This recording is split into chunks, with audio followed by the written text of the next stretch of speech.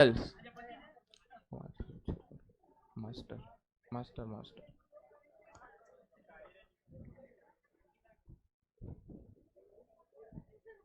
અરે આ નો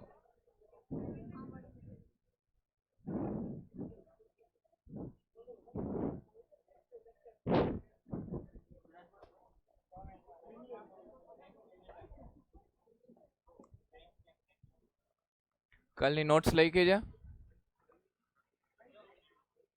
નથી આવી તો આજે મોકલી દઈશ.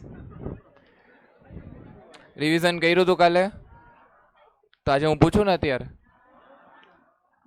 કાલે જે કર્યું હતું એમાં તો હું રિવિઝન કરાવું ને પૂછી લઉં, તમે બધું આન્સર કરજો. ડન. ક્યાંથી સ્ટાર્ટ કર્યું હતું કાલે? હે પ્રોડક્ટથી સ્ટ્રેટેજિક ડ્રાઈવર્સથી જ ચાલુ કર્યું હતું. પહેલાં આપણે સ્ટાર્ટ કર્યું હતું ઇન્ડસ્ટ્રી એન્ડ માર્કેટ. ઇન્ડસ્ટ્રીનો મિનિંગ શું હતો? ગ્રુપ ઓફ, અને માર્કેટમાં બાયર્સ પ્લસ સેલર્સ. પછી આપણે analysis of industry and market આવ્યા હતા, સ્ટ્રેટેજિક ગ્રુપ મેપિંગ. તો સ્ટ્રેટેજિક ગ્રુપ મેપિંગમાં આપણે કેવી ફોર્મનું ગ્રુપ મેપિંગ અથવા તો ગ્રુપ ફોર્મ કરતા હતા? Similar rival forms. પછી એના પછી આપણે જોયું હતું, બોલો, કસ્ટમરમાં customer and કન્ઝ્યુમરનો difference.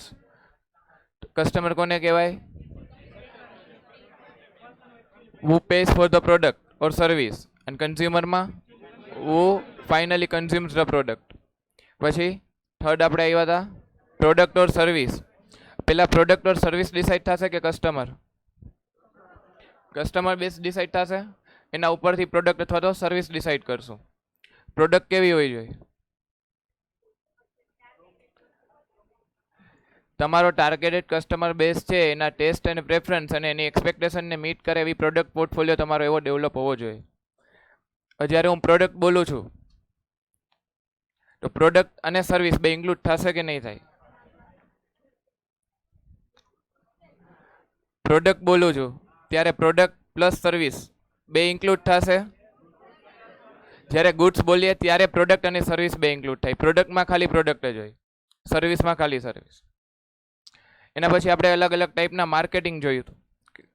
Types of marketing, એ કઈ કઈ રીતે તમે તમારા બિઝનેસનું માર્કેટિંગ કરી શકો. ફર્સ્ટ હતું સોશિયલ માર્કેટિંગ.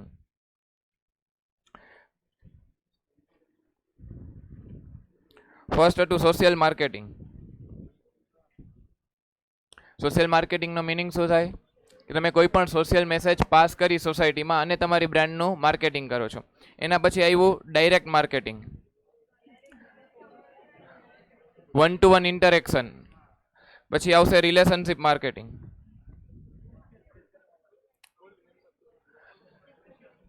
કોઈ પણ જગ્યાએથી તમે ફ્રિકવન્ટલી પ્રોડક્ટ બાય કરતા હો અથવા તો સર્વિસ લેતા હો, એ ઓર્ગેનાઇઝેશન તમને એનું મેમ્બરશિપ કાર્ડ આપશે ને એ મેમ્બરશિપના તમને એડિશનલ બેનિફિટ્સ એ લોકો પ્રોવાઈડ કરશે. એને કીધું આપણે રિલેશનશિપ માર્કેટિંગ. પછી આવ્યું સર્વિસ માર્કેટિંગ. શું હતું એમાં? સર્વિસ માર્કેટિંગમાં તમે કસ્ટમરને એડિશનલ સર્વિસ પ્રોવાઈડ કરો છો. પછી આવ્યું પર્સન માર્કેટિંગ. કોઈ પર્સન દ્વારા તમે તમારી પ્રોડક્ટ અને ઓર્ગેનાઇઝેશનને માર્કેટ કરો છો અથવા તો તમારી બ્રાન્ડને માર્કેટિંગ કરો છો. એમાં એક્ઝામ્પલ હતું ઘણા બધા પોલિટિશિયન્સ અથવા તો સેલિબ્રિટીઝ. પછી આવ્યું ઓર્ગેનાઇઝેશન માર્કેટિંગ. ઓર્ગેનાઇઝેશન પોતાનું માર્કેટિંગ કેવી રીતે કરી શકે?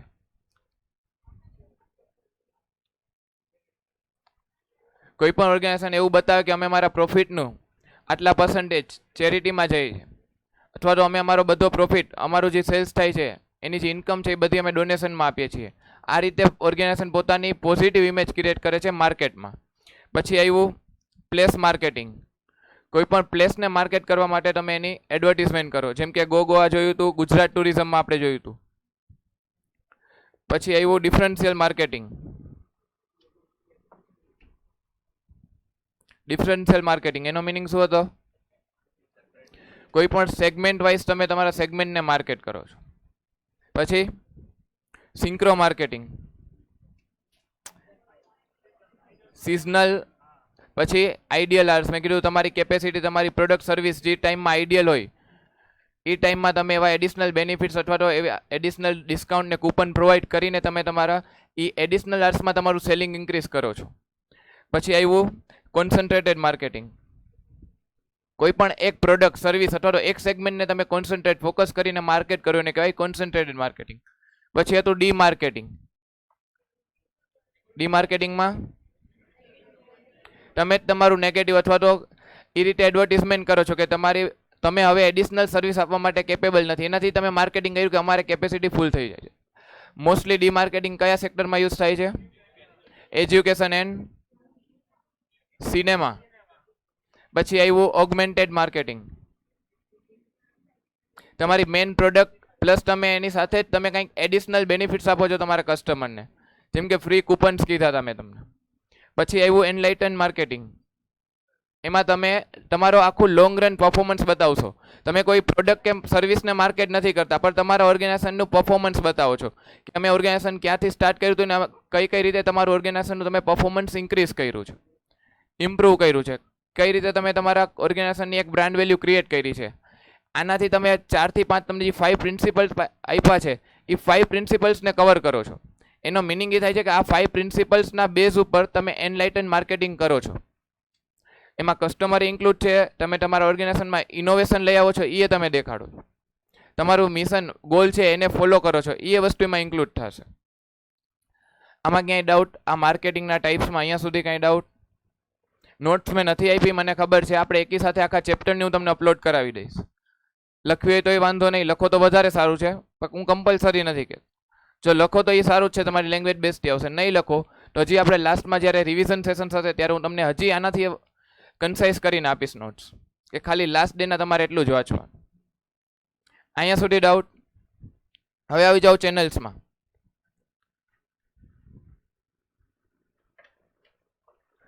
ચેનલ્સ એટલે તમે તમારી પ્રોડક્ટને કસ્ટમર થ્રુ કયા મોડ થ્રુ તમે એને અવેલેબલ કરાવો છો માર્કેટમાં.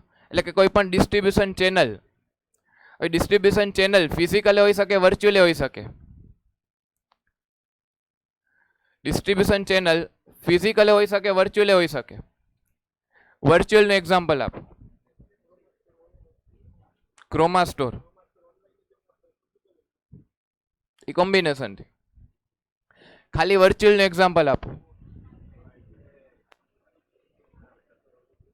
ખાલી વર્ચ્યુઅલ પ્રોડક્ટ જ આવતી હોય. મીશોમાંથી તું ઓર્ડર કરીશ ને એ તારા ઘરે આવશે. તમે એમેઝોન, ફ્લિપકાર્ટ, મીશો એમાંથી ઓર્ડર કરશો તો એ પ્રોડક્ટ તમારા ઘરે આવશે. હું એમ કહું છું પ્રોડક્ટ ઘરે નથી આવતી, ઓનલી વર્ચ્યુઅલ. ઓટીટી પ્લેટફોર્મ બધાય પ્લસ ચેટ જીપીટી, પછી ક્લાઉડનો આખો બિઝનેસ જ વર્ચ્યુઅલ છે. તો આ થઈ એની ઓનલાઈન ડિસ્ટ્રીબ્યુશન ચેનલ. પછી માર્કેટ પ્લેસીસ કોને કહેવાય?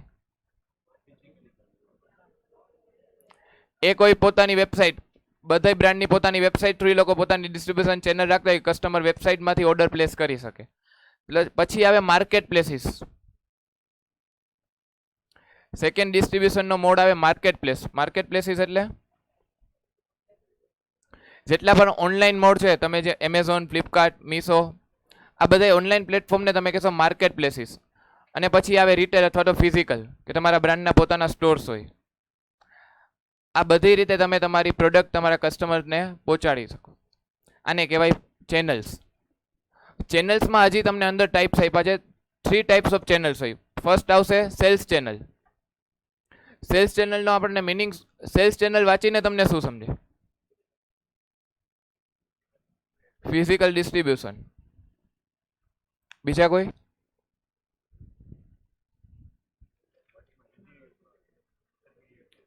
ઇન્ટરમીડિયરીઝ, કમિશન બેઝ ઉપર એજન્ટ કહી શકું. પછી ચેનલ્સ એટલે સમજાઈ ગયું કે ડિસ્ટ્રીબ્યુશન ચેનલ, તમારી પ્રોડક્ટ માર્કેટમાં કયા મોડ થ્રુ તમે અવેલેબલ કરાવો છો કસ્ટમર્સને. એના ટાઈપ્સ છે. એમાં ફર્સ્ટ આપણે સમજી સેલ્સ ચેનલ. સેલ્સ ચેનલ એટલે કઈ રીતે તમે તમારી પ્રોડક્ટ અવેલેબલ કરાવો.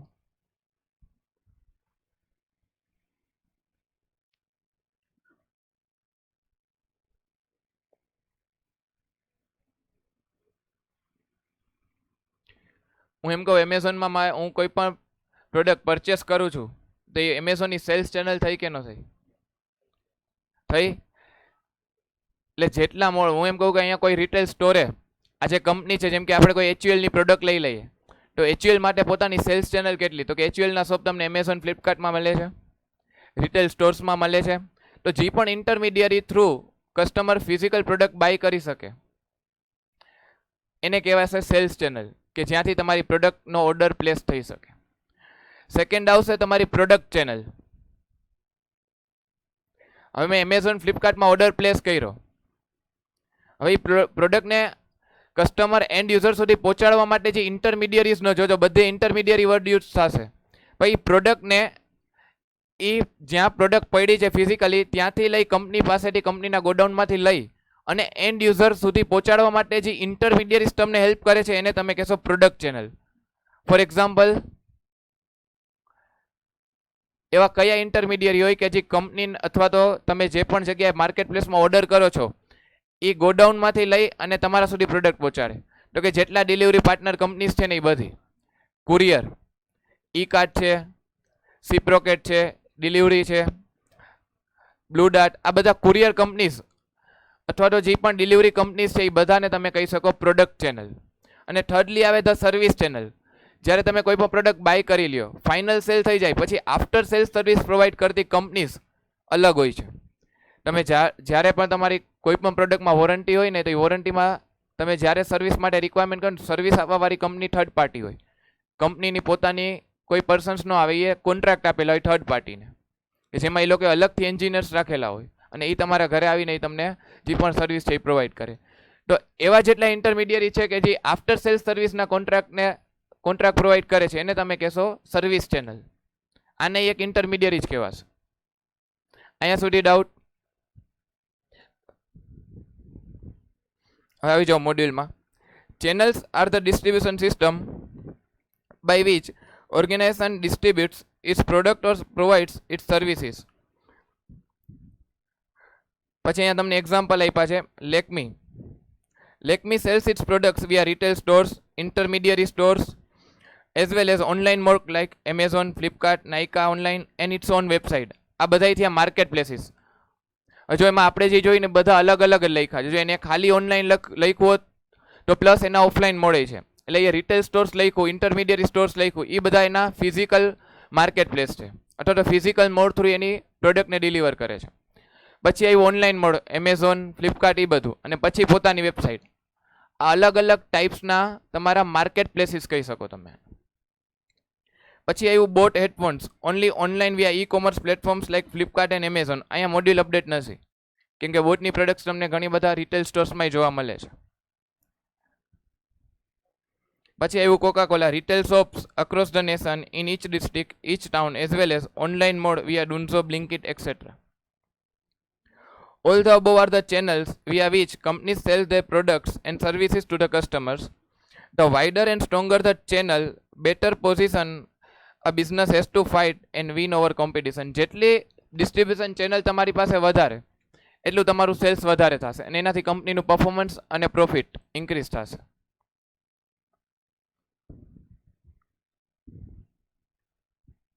Also, having a robust channel of business distribution help keep new players away from entering the industry, thus acting as a barriers to entry.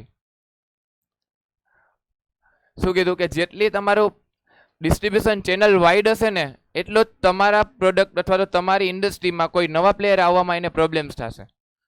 એ કેવી રીતે થાય? એને કહેવાય બેરિયર્સ ટુ એન્ટ્રી. આગળ આવશે તમને ભણવામાં. એને કહેવાય બેરિયર્સ ટુ એન્ટ્રી. તમારી પાસે તમારી ડિસ્ટ્રીબ્યુશન ચેનલ જેટલી વાઇડ હશે ને એટલા નવા સ્ટાર્ટઅપ્સ તમારી ઇન્ડસ્ટ્રીમાં આવવામાં એને બેરિયર કરશે, એટલે કે એને રોકશે. એ કેવી રીતે કરશે?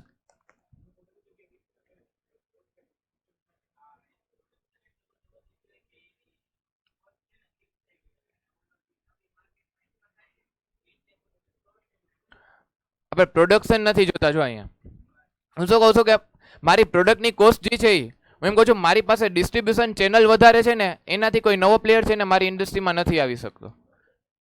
એ કેવી રીતે? મોટેથી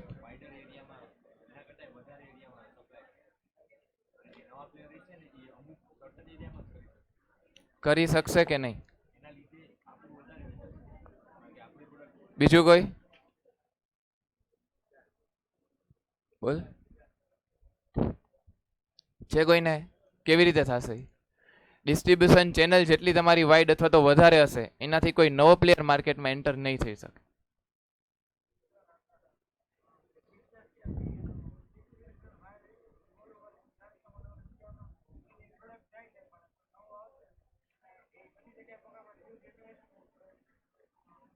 પહેલા તો વાત કે જ્યારે કોઈ ન્યૂ એન્ટ્રન્સ માર્કેટમાં આવે છે તો એવું નહીં કે જ્યારે માર્કેટમાં એન્ટ્રી કર્યું ને ત્યારે એ વાઇડ સ્કોપને કવર કરી લેશે. બધા એરિયામાં બધા આપણે સ્ટેટમાં કે બધા સિટીમાં એ અવેલેબલ નહીં થઈ શકે. હવે એને કરવું હશે તો એના માટે એને ફંડ જોશે, જે નવા સ્ટાર્ટઅપ પાસે હજી ઇન્વેસ્ટમેન્ટ એટલું ના હોય. ફર્સ્ટ પોઈન્ટ એ થયો. સેકન્ડલી કે જ્યારે એક્ઝિસ્ટિંગ પ્લેયરનું માર્કેટ પ્લેસીસ ડિસ્ટ્રીબ્યુશન ચેનલ વધારે છે ને તો કસ્ટમર એની પાસે પહેલાં પહોંચશે, એની પ્રોડક્ટ કસ્ટમર પાસે વહેલી પહોંચી શકશે. જ્યારે ન્યૂ સ્ટાર્ટઅપ પોતાની પ્રોડક્ટ કદાચ ડેવલપ કરી લેશે તો એના માટે એને ટાઈમ જોશે, એટલે ટાઈમ પીરિયડ એના માટે કન્સ્ટન્ટ થયો. ફંડ નહીં હોય એની પાસે. આ વસ્તુના લીધે છે ને ન્યૂ સ્ટાર્ટઅપ આવા વાઇડ જે પણ કંપની અથવા જે પણ ઓર્ગેનાઇઝેશનનું માર્કેટ પ્લેસીસ વધારે છે, ડિસ્ટ્રીબ્યુશન ચેનલ વાઇડ છે, એવી ઇન્ડસ્ટ્રીમાં ન્યૂ સ્ટાર્ટઅપ્સને એટલે જ પ્રોબ્લેમ આવે ને એના લીધે એને બેરિયર ટુ એન્ટ્રી કીધું છે. હજી આગળ પોઈન્ટ આવશે એમાં આપણે વધારે ડિટેલમાં આને સમજશું. અત્યારે આટલું સમજાઈ ગયું બેરિયર ટુ એન્ટ્રી શું કામ કીધું. There are typically 3 channels that should be considered. First, sales channel, product channel, and service channel. First, the sales channel. These are the intermediaries involved in selling the product through each channel and ultimately to the end user. તમે એમેઝોનમાંથી કોઈ પણ product by કરો છો તેમાં તમે બધું જોઈ શકો છો, પ્રોડક્ટના ફીચર્સ ને આ બધું. તો એક શું કરે છે, કંપનીને પોતાની પ્રોડક્ટ સેલ કરવામાં અથવા તો કંપની પોતાની પ્રોડક્ટ એન્ડ યુઝર થ્રુ પહોંચાડવામાં એને હેલ્પ કરે છે, એટલે એને ઇન્ટરમીડિયરી તરીકે. હવે તમે એમેઝોનમાં ઓર્ડર કરશો તો એમ નહીં કે તમે તમારા ડિલિવરી પાર્ટનરને મોકલો, એ કોઈ થર્ડ પાર્ટીને હાયર કરશે કે એમેઝોન કે ફ્લિપકાર્ટ થ્રુ જે ઓર્ડર આવે છે એ એન્ડ યુઝર એના કસ્ટમર થ્રુ કેમ પહોંચશે. એક્ઝામ્પલમાં લખો સેલ્સ ચેનલમાં ફ્લિપકાર્ટ, એમેઝોન, ડીમાર્ટ. ડીમાર્ટ કેવી રીતે આવ્યું અહીંયા? ડીમાર્ટના તો રિટેલ સ્ટોર્સ છે. DMart, Flipkart, Amazon, DMart.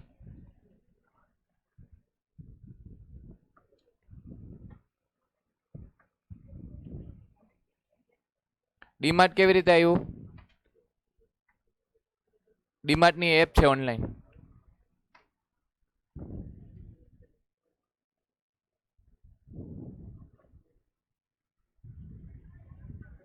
For example, many fashion designers use agencies to sell their product to retail organizations so that the consumer can access them. તમે કન્સાઇનમેન્ટ ભણ્યું હતું, એમાં જે વચ્ચે કન્સાઇનર છે ને એ એક સેલ્સ ચેનલ જ છે. એજન્ટ જેટલા આવે, જેટલા પણ એજન્ટ્સ તમે કહો એ બધા કંપની માટે સેલ્સ ચેનલ જ થઈ કે એના થ્રુ કંપની પોતાની પ્રોડક્ટને સેલ કરે છે. પછી આવ્યું the product channel. The product channel focuses on the series of intermediaries who physically handle the product on its path from producer to the end user. અહીંયા લખી નાખો courier companies.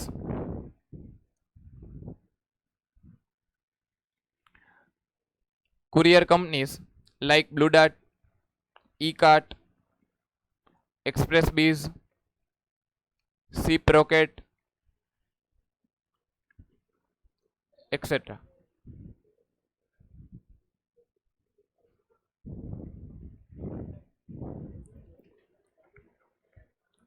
Third, the service channel. Service channel refers to the entities that provide necessary services to support the product as it moves through the sales channel and after purchase by the end user. આમાં એક્ઝામ્પલમાં after sales service, call centres, જેટલા પર call centre આલે છે એ service provide કરે છે. તમને ફ્લિપકાર્ટમાંથી કે એમેઝોનમાંથી જ્યારે કોઈ પ્રોડક્ટ બાય કરો ને કંઈ ક્વેરીઝ હોય તો તમે એના હેલ્પ સેન્ટરમાં ફોન કરો તો એ કઈ ચેનલ છે? એની સર્વિસ ચેનલ થઈ. એ કોઈ થર્ડ પાર્ટી અથવા થર્ડ જે છે એક્સટર્નલ પાર્ટી હોય, એ ફ્લિપકાર્ટના પોતાના પર્સન્સના એ લોકોએ કોન્ટ્રાક્ટ બેઝ ઉપર કોઈ કંપનીને કોન્ટ્રાક્ટ આપેલો હોય.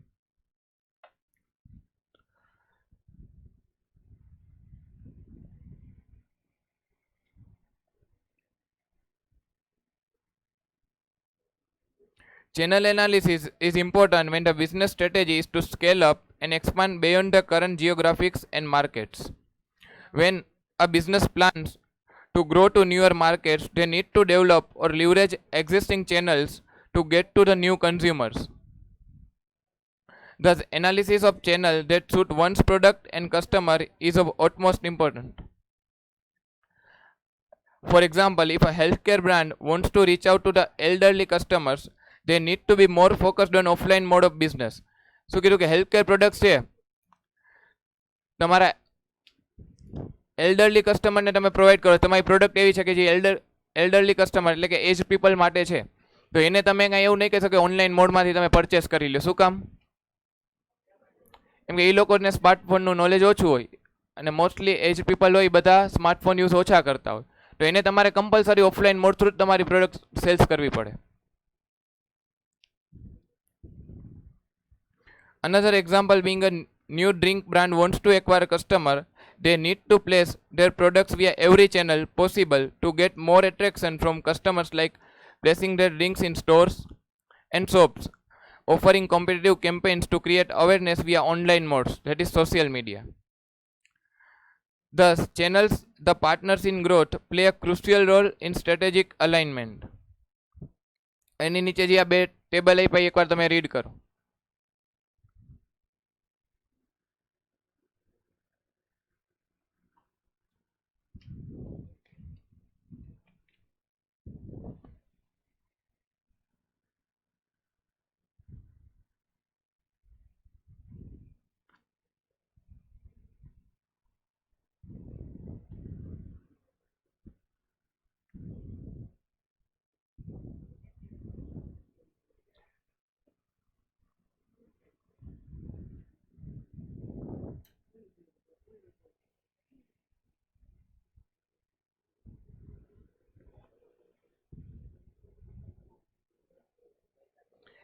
કેમ કે તમારી અલગ અલગ ચેનલ્સ થ્રુ તમે તમારી કંપની માટે કોમ્પિટિટિવ એડવાન્ટેજ ક્રિએટ કરી શકો કે જે એરિયાઝમાં કોઈ પણ કંપનીની પ્રોડક્ટ ના પહોંચતી હોય, જો તમારું સ્ટ્રોંગ ડિસ્ટ્રીબ્યુશન ચેનલ હોય ને તમારી પ્રોડક્ટ એવા એરિયાઝમાં પહોંચે, મેનલી બોર્ડર એરિયાઝ કે જ્યાં બધી પ્રોડક્ટ્સ અવેલેબલ ન થતી હોય, એવા એરિયાઝમાં તમારી પ્રોડક્ટ તમારી પાસે સ્ટ્રોંગ ડિસ્ટ્રીબ્યુશન ચેનલ હોય ને તમે પહોંચાડી શકો, તો એ તમારા માટે કોમ્પિટિટિવ એડવાન્ટેજ ક્રિએટ કરશે.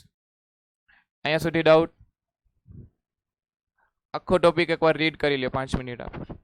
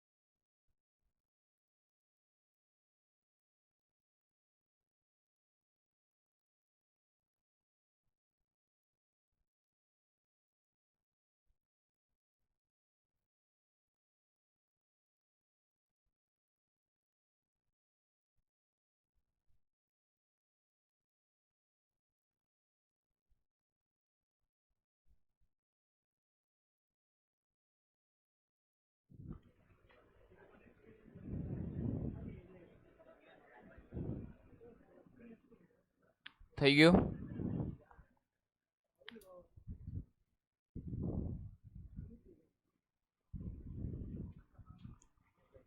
થઈ ગયું?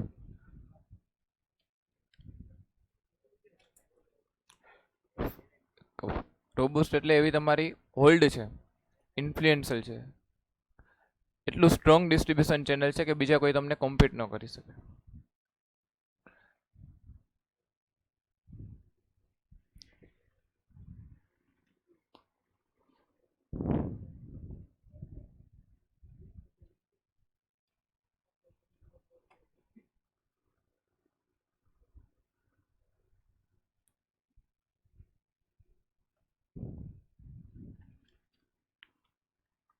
થઈ ગયું? નેક્સ્ટ ટોપિક પર આવી જાવ. 3.25.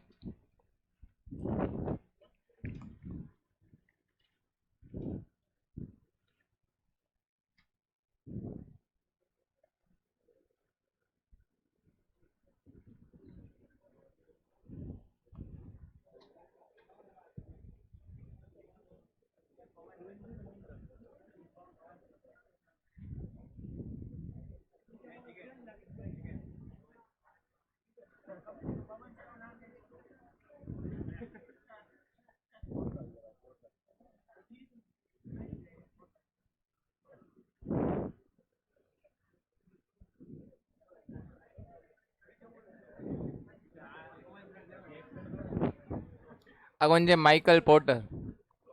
Michael Porter's generic strategies. જ્યારે પણ તમે તમારો બિઝનેસ સ્ટાર્ટ કરો છો અથવા તો કોઈ પણ સ્ટ્રેટેજી ડ્રાફ્ટ કરો છો, એ સૌથી પહેલાં તમે તમારા કયા ટાર્ગેટેડ કસ્ટમરને કયા બેઝિસ ઉપર એટ્રેક્ટ કરશો એ પહેલાં તમે ડિસાઇડ કરશો.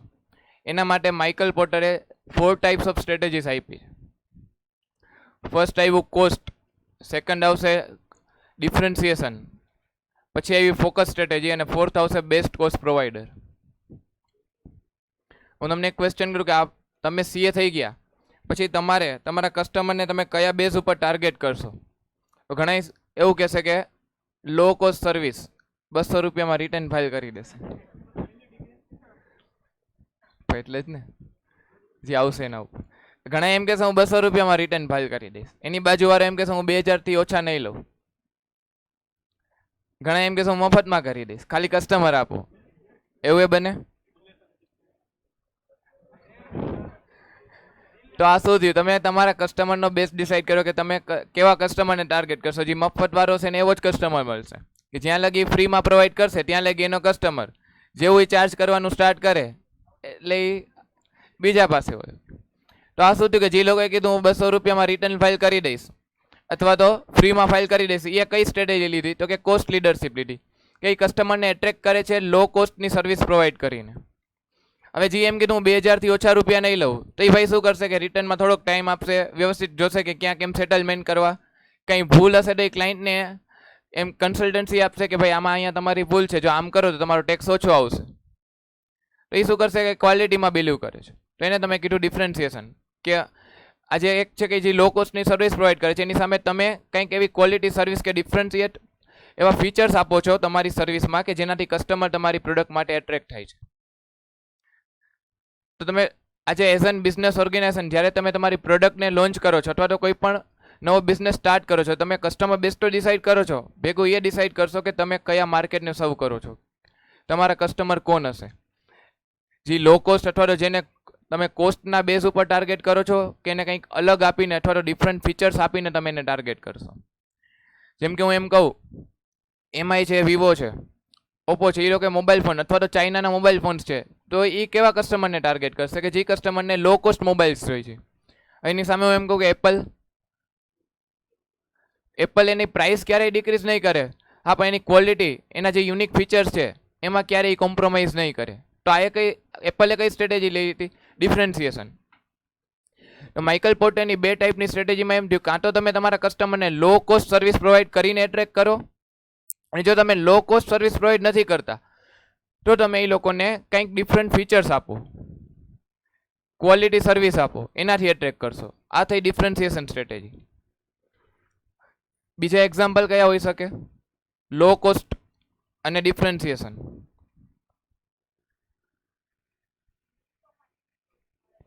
મીશોએ કઈ સ્ટ્રેટેજી લીધી કહેવાય? Cost leadership. પછી બીજા કોઈ એક્ઝામ્પલ? ઘણા બધા છે. વોલમાર્ટ કેમાં આવશે? વોલમાર્ટ કેમાં આવશે? લો કોસ્ટમાં આવશે. પછી રોલેક્સ. હું એમ કહું કોઈ ડોક્ટર છે, કોસ્ટ લીડરશિપ અને ડિફરન્સિએશન સમજાઈ ગયું. હવે હું કહું કોઈ ડોક્ટર છે કે જે ખાલી હાર્ટ રિલેટેડ જે પણ પ્રોબ્લેમ્સ છે ને એની સર્વિસ પ્રોવાઈડ કરે છે.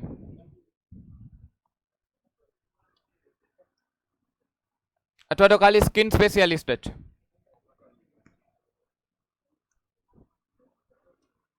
આ શું થયું? કોસ્ટ કે ડિફરન્સિએશન? હવે આમાંથી અત્યારે બેમાંથી તમે કોઈ આન્સર ન કરી શકો. શું કામ? કેમ કે હવે આપણે અહીંયા જોવાનું કે એનું માર્કેટ કેવું છે. તમે પહેલાં એ ડિસાઇડ કર્યું કે તમારા કસ્ટમરનો ટાર્ગેટેડ કસ્ટમર કયું છે, કયું ઓડિયન્સ છે કે જેને કોસ્ટથી બેનિફિટ થાય છે અથવા તો કોસ્ટ જોવે છે કે ક્વોલિટી જોવે છે.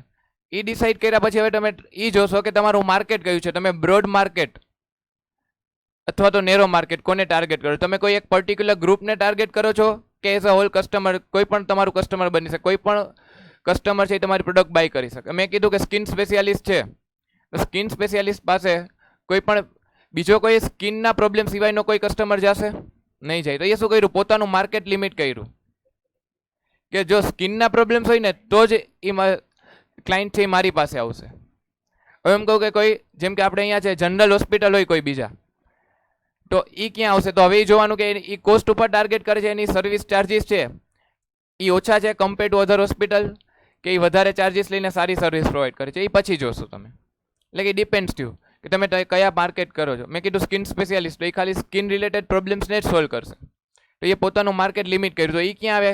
હવે એ જોવાનું કે હવે એ કોસ્ટ એની કેટલી છે.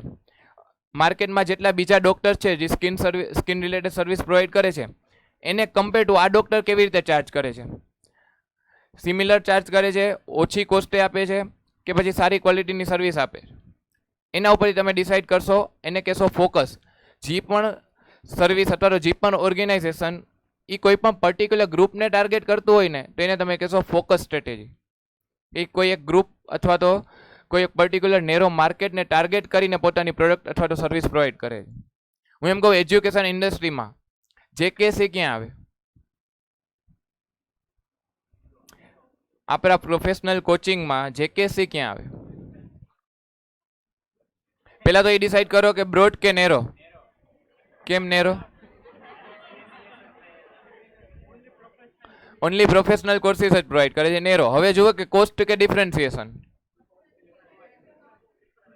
કોસ્ટ કે ડિફરન્સિએશન? કેમ ડિફરન્સિએશન? કેમ કે પહેલાં તો માર્કેટમાં જે ફીસ છે એના કરતાં આપણી ફીસ હાઈ હોય, એની સામે એટલી સર્વિસ મળે છે.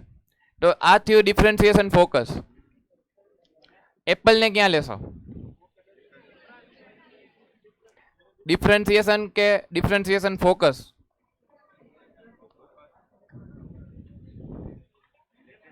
એપલ ક્યાં આવશે? પહેલાં તો એ જોવાનું એપલ છે માર્કેટમાં બધા માટે અવેલેબલ છે કે એપલે પોતાનું માર્કેટ લિમિટ કરી દીધું? બધા માટે. જેની ઇન્કમ વધશે એ મોબાઈલ લઈ લેશે. તો એ તો પહેલાં નેરો થઈ ગયું. હવે જુઓ કે કોસ્ટ કે ફીચર્સમાં જાય છે, ક્વોલિટીમાં જાય છે. એ કંઈક ડિફરન્ટ ફીચર્સ આપે છે કે માર્કેટમાં બધા ફોન્સ છે એવા સિમિલર ફોન્સ છે. તો જોવાનું કે ના એ ડિફરન્ટ ફીચર્સ આપે છે. તો એ થયું ડિફરન્સિએશન. હવે હું એમ કહું કે રોલેક્સ. રોલેક્સ ક્યાં આવશે? બ્રોડ કે નેરો? ડાયરેક્ટ નહીં બોલવાનું, પહેલાં એ ડિસાઇડ કરો. આમાં ઘણી જગ્યાએ ભૂલ થશે. બ્રોડ કે નેરો? નેરોમાં ફોકસ ડિફરન્સિએશન કે ફોકસ કોસ્ટ? કેમ? કેમ કે બધા એના કસ્ટમર નહીં બની શકે. અહીંયા તમે ડિસાઇડ કર્યું કે નેરો માર્કેટ થયું અને ઓલરેડી માર્કેટમાં જેટલી વોચિસ છે નેરો માર્કેટમાં એમાં એની કોસ્ટ વધારે જ છે. પછી એમ કહીશ રોલ્સ રોયસ. ફોકસ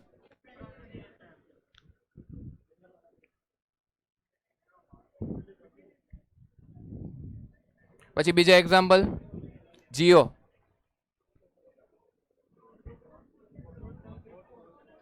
જીઓ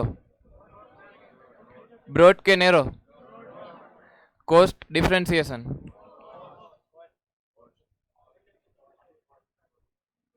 હું એમ કહું ડિફરન્સિએશન તો પ્રાઇસનો ખાલી અહીંયા પ્રાઇસ નહીં આવે.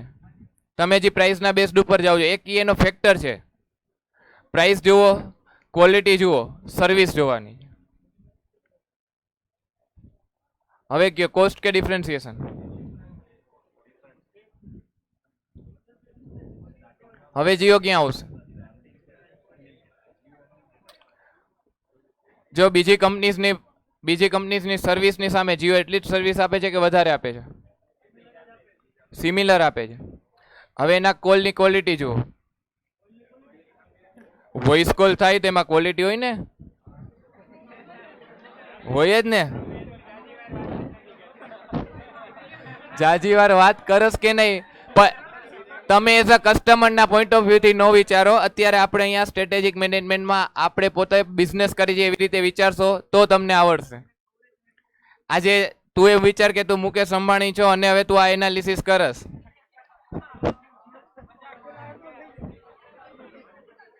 હવે મને એમાં વિડીયો કોલની એક ક્વોલિટી હોય, વોઇસ કોલની એક ક્વોલિટી હોય, નેટવર્કની એક ક્વોલિટી હોય.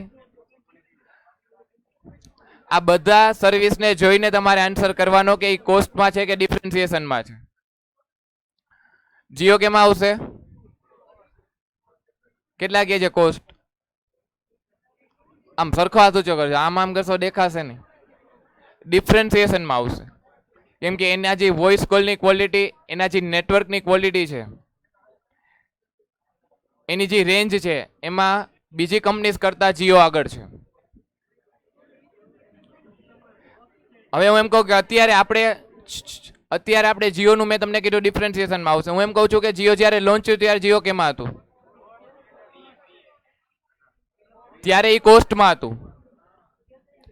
એટલે એવું ન હોય કે પર્ટિક્યુલર ટાઈમ એવું તમે એકવાર નક્કી કરી લીધું કે અત્યારે મારી કંપની આ સ્ટ્રેટેજી અડોપ્ટ કરે છે તો એ પછી ચેન્જ ન થાય. એકવાર તમે ડિસાઈડ કર્યું કે અત્યારે મારી કંપની આ સ્ટ્રેટેજીને અડોપ્ટ કરીને બિઝનેસ કરે છે તો આગળ જઈને ચેન્જ થઈ શકે. ડન. પતંજલિ ક્યાં આવશે?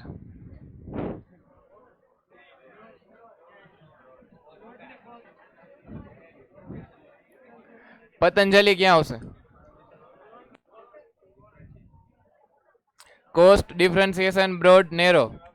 પહેલા ડિસાઈડ કરો બ્રોડ કે નેરો? બ્રોડ. કોસ્ટ કે ડિફરન્સિએશન?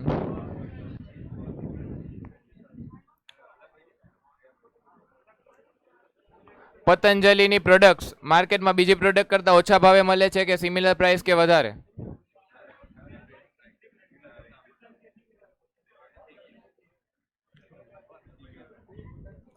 ઓછા ભાવે મળે છે કે સિમિલર પ્રાઇસે મળે છે?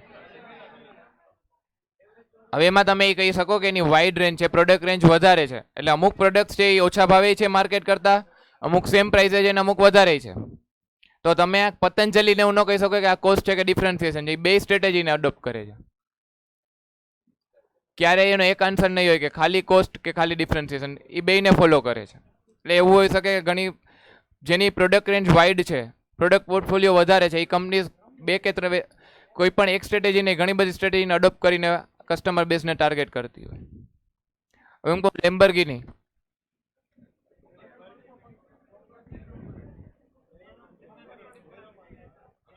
ફોકસ, કોસ્ટ કે ડિફરન્સિએશન? ફોકસ આવે પછી ફોકસમાં પાછું કોસ્ટ કે ડિફરન્સિએશન?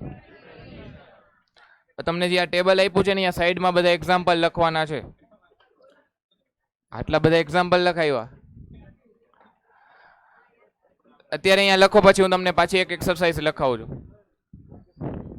અને આ ચાર સ્ટ્રેટેજી જોઈ તમે, કોસ્ટ, ડિફરન્સિએશન, ફોકસ કોસ્ટ અને ફોકસ ડિફરન્સિએશન. આ ચારેયમાંથી બેટર કઈ? આ ચાર સ્ટ્રેટેજીમાંથી બેટર કઈ છે? કોઈ પણ આજે તમે તમારો બિઝનેસ સ્ટાર્ટ કરો છો તો તમારા માટે બેસ્ટ ઓપ્શન કયો રહે? Cost, differentiation, cost leadership. કોઈ છે ડિફરન્સિએશન વાળું? જો આવું વિચાર્યું હોત ને તો અત્યારે એપલ છે ને એના મોબાઈલ ફોન 1,50,000 માં ન વેચી શકે. આનો કઈ પ્રોપર આન્સર ન હોય, ડિપેન્ડ્સ ઓન કન્ઝ્યુમર્સ આવે. ક્યારેય કોઈ પૂછે કે કઈ સ્ટ્રેટેજી બેટર છે, એક આન્સર ન હોય. Depends on consumer, depends on market. કે તમે જે એરિયામાં તમારો બિઝનેસ કરો છો ત્યાંનું માર્કેટ કેવું છે અને તમારો કસ્ટમર કેવા છે. તમારો કસ્ટમર બેઝ શું છે? જે કસ્ટમર અથવા તો જે માર્કેટ એવું છે, હું એમ કહું જામનગરમાં તમારે કોઈ હોટેલ ચાલુ કરવી હોય જામનગરમાં, હું એમ કહું 25,000 પર નાઇટ અથવા તો પર ડે રૂમ રેન્ટ રાખું, તો જામનગરમાં હાલે કે ન હાલે? આ જ વસ્તુ મુંબઈમાં હોય તો?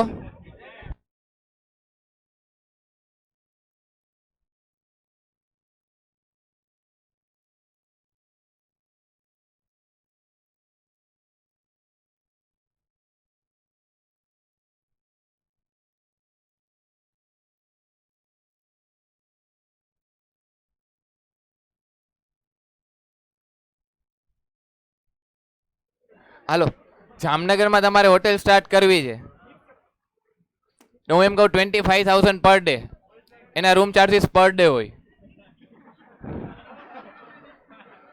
25,000 પર ડે. જામનગરમાં મારો બિઝનેસ કેટલો ગ્રો થશે? ચાલુ જ નહીં થાય. અહીંયા 500 રૂપિયામાં બેઠા છે, ઘણી હોટેલ્સ 500 રૂપિયામાં તમને આપી દેશે. હવે એમ કહું મુંબઈમાં જ આ વસ્તુ હું ફોલો કરું તો શું કામ? મુંબઈનું માર્કેટ એવું છે. તમારે કોઈ સીએ કોચિંગનો બિઝનેસ સ્ટાર્ટ કરવો છે, જામનગરમાં આવીને તમે એમ કહો 50,000 ફાઉન્ડેશનની ફી, હાલે? હાલે જ ને. એની સામે તમારી સર્વિસ એવી હોવી જોઈએ.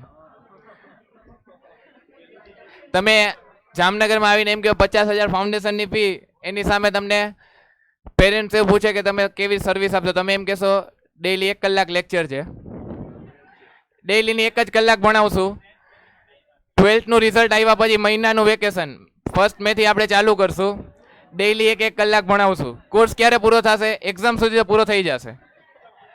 મટીરિયલ તમને મજા આવી લઈ આવવાનું, મોડ્યુલ રાખવાની ભેગું તમને મજા આવી. ટીચર્સ કોણ થશે? હું પોતે જ છું. હવે એ તમને 50,000 આપશે કે નહીં આપે?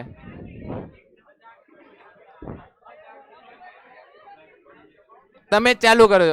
સમજો આપણે જ કોઈ બિઝનેસ ચાલુ કરીએ અને આપણે એમ કહીએ કે આટલી આટલી સર્વિસ અને એની સામે અમે અમારી પ્રોડક્ટની ચાર્જીસ આટલા રાખશું, તો એ જોવાનું કે તમે જેટલું નોર્મલ માર્કેટ પ્રાઇસ કરતાં જે પ્રાઇસ રેન્જ માર્કેટમાં હાલે છે, બીજી કંપનીઝ ચાર્જ કરે છે, એની કમ્પેર ટુ તમે તમારી પ્રોડક્ટની પ્રાઇસ કેવી રાખો છો. જો ઓછી રાખો છો અને સામે તમે સર્વિસ ઓછી આપો છો તો ચાલશે, તો કસ્ટમર તમને એક્સેપ્ટ કરશે.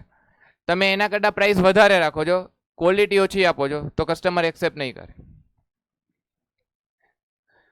હોટેલ વાળું મેં તમને એક એક્ઝામ્પલ આપ્યું. હવે એરલાઇન ઇન્ડસ્ટ્રીનું એક્ઝામ્પલ આપું. કિંગફિશર એરલાઇન્સ, વિજય માલ્યા જમીનમાં ઉડાડતા અને હવામાં ઉડાડતા, પણ હવામાં ઉડાડવાનું બંધ કરી દીધું. એનું રીઝન?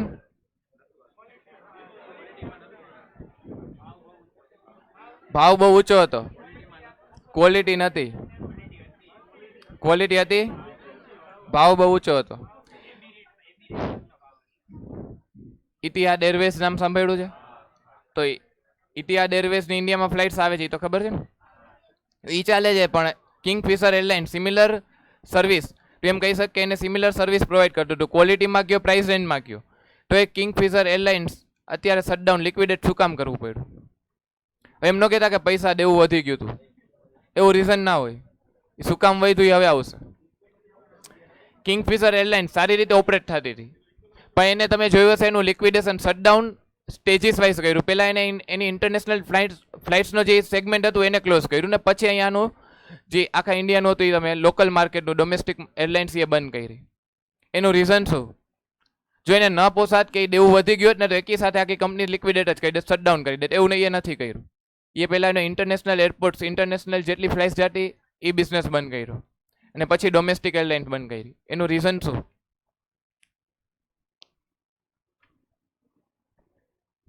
એનું રીઝન પહેલી તો વાત આ કીધી કે કિંગફિશર એરલાઇન્સની નોર્મલ જે ઇન્ડિયન કંપનીઝ છે, જે ઇન્ડિયન બીજી બધી એરલાઇન્સ છે ને એના કમ્પેરમાં એની ટિકિટની પ્રાઇસ બહુ હાઈ હતી. હવે ઇન્ડિયા વાળાને એવું જોઈએ કે તમે ફ્લાઇટમાં લઈ જાઓ, પછી બેસાડીને લઈ જાઓ, સુડાવીને લઈ જાઓ, કે કાંઈ આપો કે ના આપો, અમને ઉડાડીને પહોંચાડો ટાઈમે બસ. હવે અહીંયા કિંગફિશર એરલાઇન્સ એમ કહેતી કે અમે તમને ક્વોલિટી સર્વિસ આપી, પર્સનલ, એ લોકો તમને અહીંયા પર્સનલી, જેમ કે ઇકોનોમિક ક્લાસ હોય એમાં, પછી બિઝનેસ ક્લાસ હોય, તો આ બધા ક્લાસમાં એ લોકો અલગ અલગ ક્વોલિટીની સર્વિસ મેન્ટેન કરવા ગયા. કે તમે બિઝનેસ લેવલના માણસ છો ને તો તમને કોઈ ડિસ્ટર્બન્સ ન કરે, તમારા માટે અલગ કેબિનેટ આપી દે. હવે અહીંયા ઓલો પ્લેનમાં ઉડે છે, અહીંયા એને અલગથી ઓફિસ શું કરવી છે? એ ઇન્ટરનેશનલ ફ્લાઇટ્સના જેવી ક્વોલિટી સર્વિસ, સારી ફેસિલિટી આપવાનું એ ઇન્ડિયામાં ચાલુ કર્યું. હવે અહીંયાના માણસોને એ નથી જોતું તમે ભાવ ઓછા લ્યો ને અમને જલ્દી પહોંચાડી દો. ઇન્ડિગો એરલાઇન્સ છે, તો ઇન્ડિગો એરલાઇન્સ આટલી સક્સેસફુલ શું કામ છે? પહેલાં તો એની ટિકિટ્સની પ્રાઇસ કોસ્ટ ઓછી છે. સેકન્ડલી એની બધી ફ્લાઇટ્સ ટાઈમ ટુ ટાઈમ હોય છે. ક્યારેક કેન્સલેશન આવે ડ્યુ ટુ વેધર, પણ આમ એ કંપનીની જે એરલાઇન સર્વિસની જે ઇન્ડસ્ટ્રીમાં એની જે સર્વિસ પ્રોવાઈડ કરે છે એ બહુ સારી લેવલની પ્રોવાઈડ કરે છે. હવે અહીંયા કસ્ટમર ક્વોલિટી નથી જોતું, ખાલી એ જોવે છે કે એની સર્વિસમાં એની ફ્લાઇટ્સ ટાઈમે પહોંચાડે છે અને મને બેસવાની જગ્યા મળે છે ને ઘણું. આ જોઈને કસ્ટમર, અને કોસ્ટ ઓછી છે એટલે સક્સેસફુલ થઈ છે. કિંગફિશર એની સામે શું હતું કે એની કોસ્ટ વધારે હતી. તો આમાં વિજય માલ્યાનું ક્યાંક ભૂલ છે. કેવી રીતે ભૂલ છે કે જ્યારે એ એરલાઇન ઇન્ડસ્ટ્રીનો બિઝનેસ સ્ટાર્ટ કરતા હતા ને ત્યારે એને માઇકલ પોર્ટર, આપણે હમણાં જોઈ છીએ એ જ, એના કરીએ પહેલાં એની એડવાઇસ લીધી હતી. ત્યારે એ કીધું હતું કે તમે જે આ એરલાઇન ઇન્ડસ્ટ્રીનો બિઝનેસ સ્ટાર્ટ કરો છો ઇન્ડિયન માર્કેટમાં, તો ઇન્ડિયન માર્કેટમાં તમે એરલાઇનમાં ઓલરેડી એરલાઇન કંપનીઝ લોસ કરે છે. જો એ આ રીતની સર્વિસ લો કોસ્ટ રાખીને એ લોસ કરે છે, તમે એની સામે વધારે પ્રાઇસ કરશો તો તમારી ફ્લાઇટ્સમાં કોઈ કસ્ટમર તમારા એને એક્સેપ્ટ જ નહીં કરે. તમને ક્લાયન્ટ્સ મળશે, કસ્ટમર્સ મળશે કે નહીં એ ડિસાઇડેડ નથી. છતાંય એ ચાલુ કર્યું, કન્ટિન્યુઅસ લોસ કર્યું. હવે એને ફ્લાઇટ્સ ઉડાડવી એ નથી પોસાતી. એ એનું હેન્ડલિંગ, એનું મેન્ટેનન્સ કરવા માટે એની પાસે ફંડ નહોતું. એટલે એ ઇન્ટરનેશનલ પહેલાં શું કર્યું કે હાલો વાંધો નહીં, ઇન્ટરનેશનલ ફ્લાઇટ્સને આપણે બંધ કરી દઈએ. જો કંપની ઇન્ટરનેશનલ ફ્લાઇટ્સના લીધે એનું મેન્ટેનન્સ વધી જતું હોય તો આપણે એને એ બિઝનેસને, એ સેગમેન્ટને આપણે શટડાઉન કરીએ.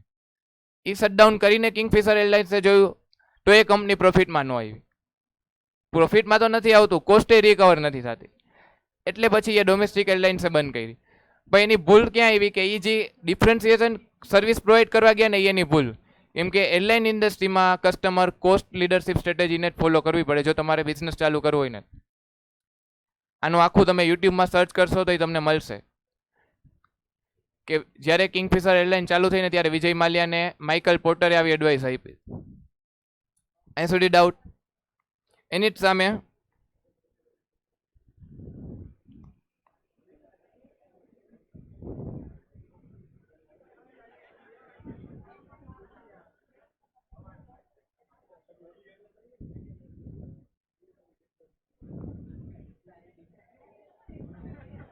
અવાજ નથી આવતો.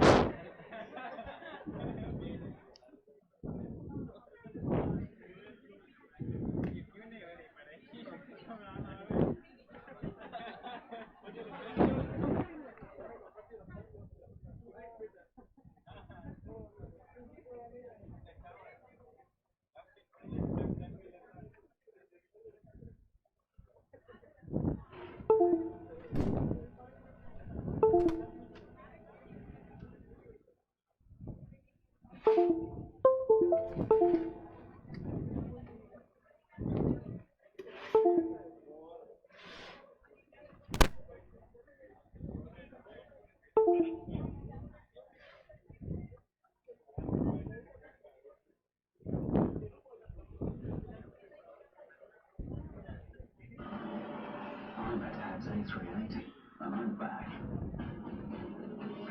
I think the residence, there'll be 3-room suite in the sky. You're a bedroom, you're a lounge, you're a bathroom with a shower. Let's talk about my food, haunting ingredients from around the world. Now seriously, on my plane, you'll dine brilliantly. Who's ready for some in-flight entertainment? Welcome to Abu Dhabi.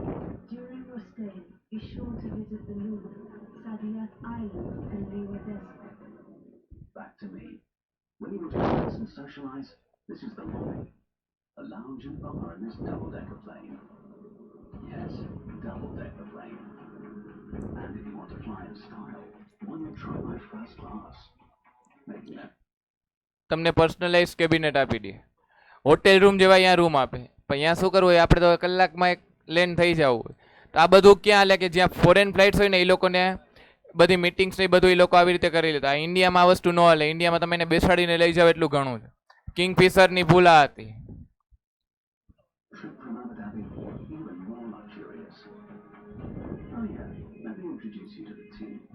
My onboard crew will make sure you have a truly unforgettable experience. So in conclusion, I'm the Etihad A380. I'm flying to London and New York.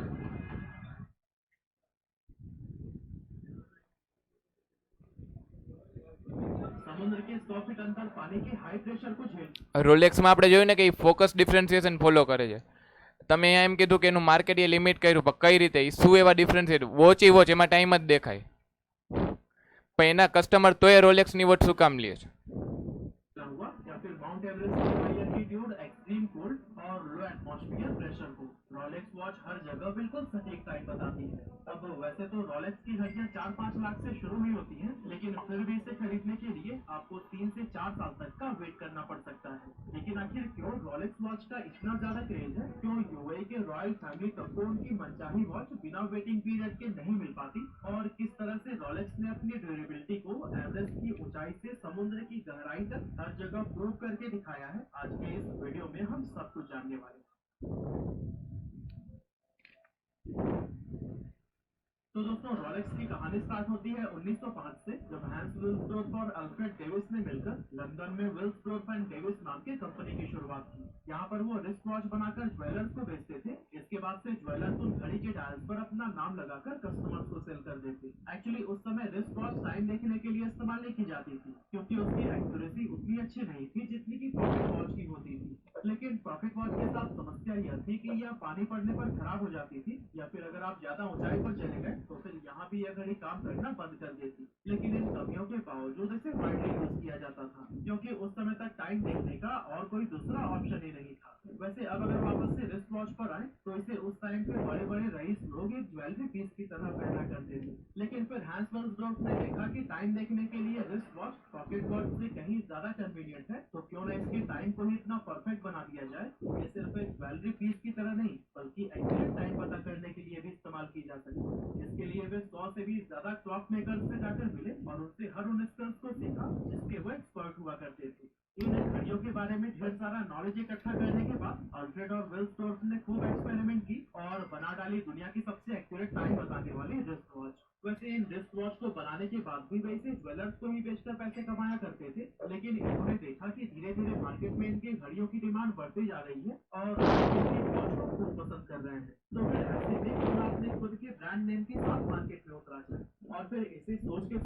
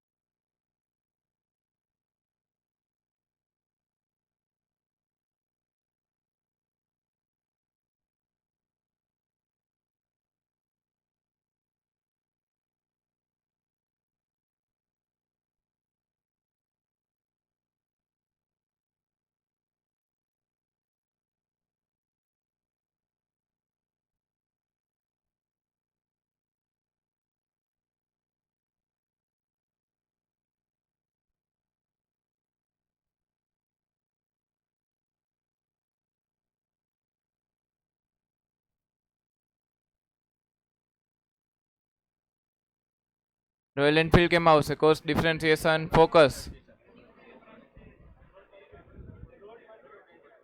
Market કેવું છે? Broad કે narrow? Broad. અને differentiation.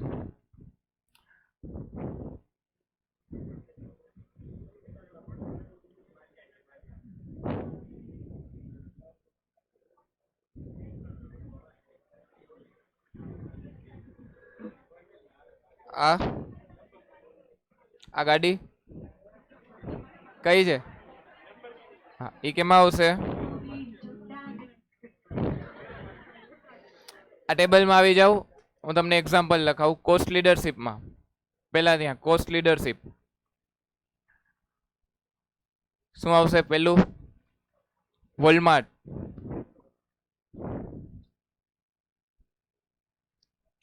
Amazon,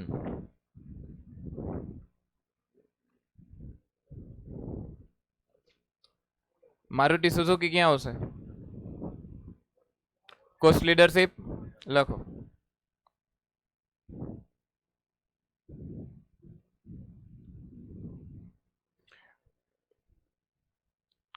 પછી આવો ડિફરન્સિએશનમાં royal Enfield,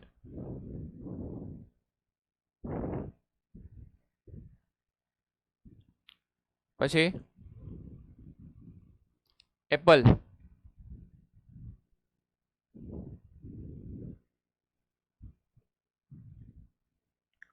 Jio બેયમાં આવે.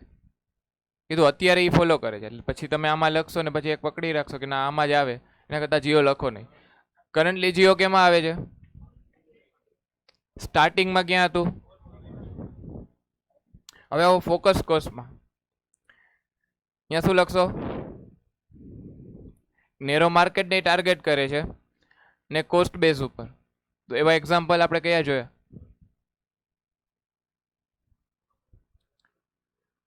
Doctor વાળું જોયું ને, સ્કિન સ્પેશિયાલિસ્ટ. લખો સ્કિન સ્પેશિયાલિસ્ટ ડોક્ટર. બધા ટાઈપ આવી જાય જેટલા ડોક્ટરને.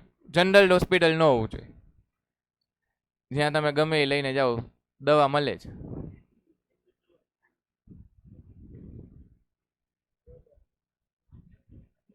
પછી એમ કહું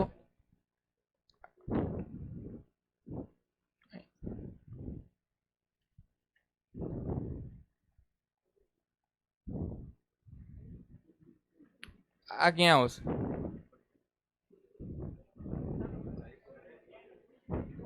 ક્યાં આવશે?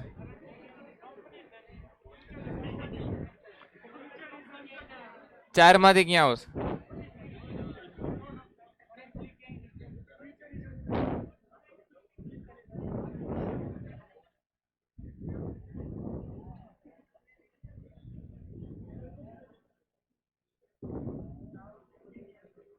હવે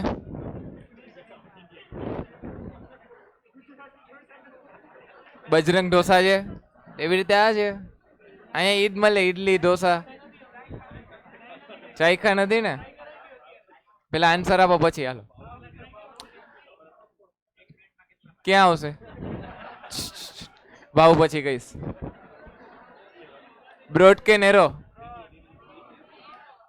આની વાત કરું. બ્રોડ કે નેરો? અહીંયા કેમ નેરો? ખાલી સાઉથ ઇન્ડિયન ખાવું હશે તો જ અહીંયા જવાનું. નેરો. હવે એમાંથી કોસ્ટ કે ડિફરન્સિએશન?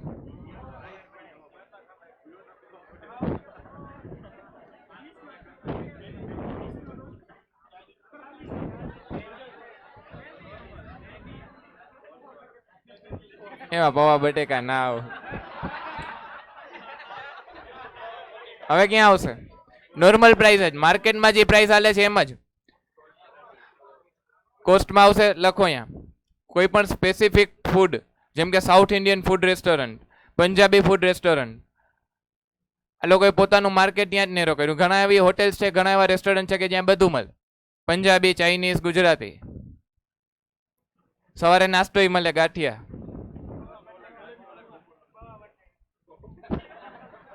ભૂખ લાગી ગઈ છે?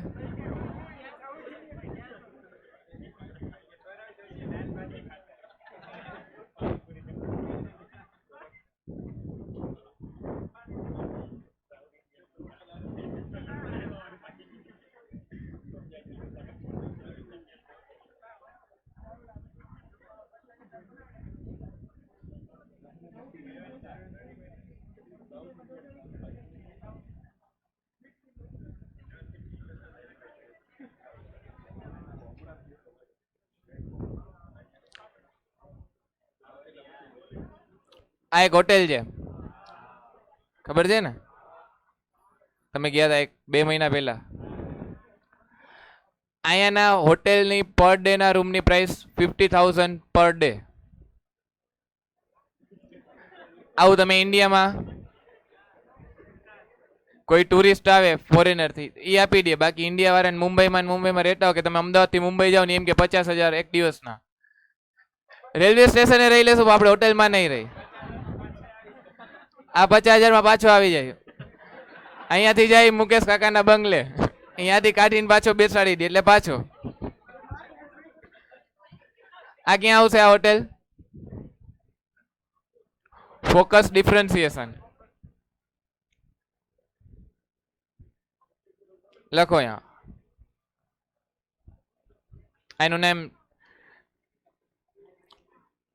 લખાઈ ગયું?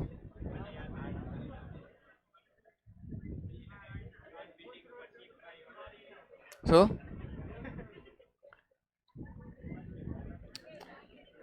ક્યાં એક્ઝામ્પલ લખ્યા? ફોકસ ડિફરન્સિએશનમાં. કોસ્ટ લીડરશિપમાં લખાઈ ગયા, ડિફરન્સિએશનમાં લખાઈ ગયા, કોસ્ટ ફોકસમાં લખાઈ ગયા. હવે ડિફરન્સિએશન ફોકસમાં લખાવું છું. ફર્સ્ટ આ લખ્યું, સેકન્ડ લખ્યું રોલેક્સ, રોલ્સ રોયસ, લેમ્બરગિની.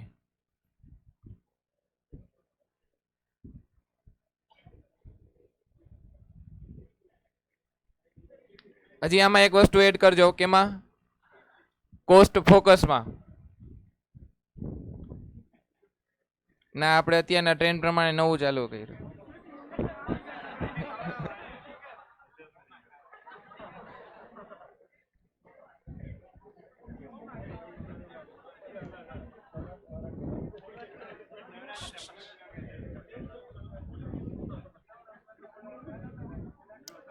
આ ક્યાં આવશે? બધે નો લાગે. આ ક્યાં આવશે? હીરો કંપની છે, એની સાયકલે આવે છે. પછી એટલાસની સાયકલ આવે છે, એ ક્યાં આવશે? કોસ્ટ લીડરશિપમાં. સાયકલમાં ડિફરન્સિએશન ના હોય. પછી એમ ન કહેતા કે સર એમાં સ્પોર્ટ સાયકલ આવે છે, એ તો એના ટાઈપ્સ છે. એવું ન હોય કે સાયકલમાં પેન્ડલ નહીં મારવાના, એક સ્વિચ દાબો એટલે સાયકલ ઉડે. એવું આપે ને ત્યારે એને ડિફરન્સિએશન કહેવાય. એને કહેવાય ડિફરન્સિએશન સાયકલમાં. એના સિવાય કેમ ડિફરન્સિએશન હોય એ આગળ આવશે. પેલા આ ક્યાં આવશે એ કહો. હાલો, આ ક્યાં આવશે? કોસ્ટ લીડરશિપમાં.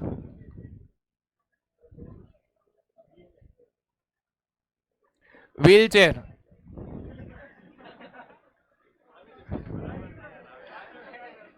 બ્રોડ કે નેરો? અહીંયા તમે કોસ્ટ લીડરશિપ લખ્યું એટલે તમે એવું અસ્યુમ કર્યું કે આ નેરો માર્કેટ, બ્રોડ માર્કેટ છે. વ્હીલચેરમાં નેરો. હવે હું અહીંયા એક વર્ડ એડ કરું છું, મેન્યુઅલ વ્હીલચેર. હવે ક્યાં આવશે આ મેન્યુઅલ વ્હીલચેર? કેટલા કહે છે? Cost leadership, cost focus. પેલા કોસ્ટ કે ડિફરન્સિએશન બોલવાનું, પછી પાછળ ફોકસ લગાડી દેવાનું. જીઓલા ક્લાસમાં લગાડ્યું જેવી રીતે. ક્યાં આવશે મેન્યુઅલ વ્હીલચેર? Cost focus.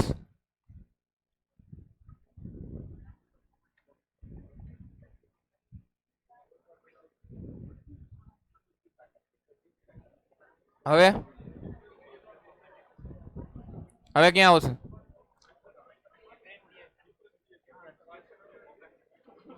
પાછળથી દેખાતો ઓટોમેટિક વ્હીલચેર.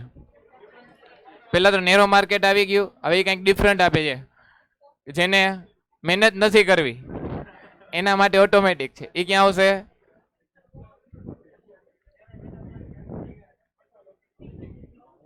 હાલો, આ ક્લિયર? મોડ્યુલમાં આવી જાઓ.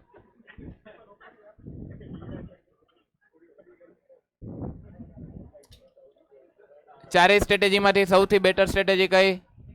Depends on market and customer base.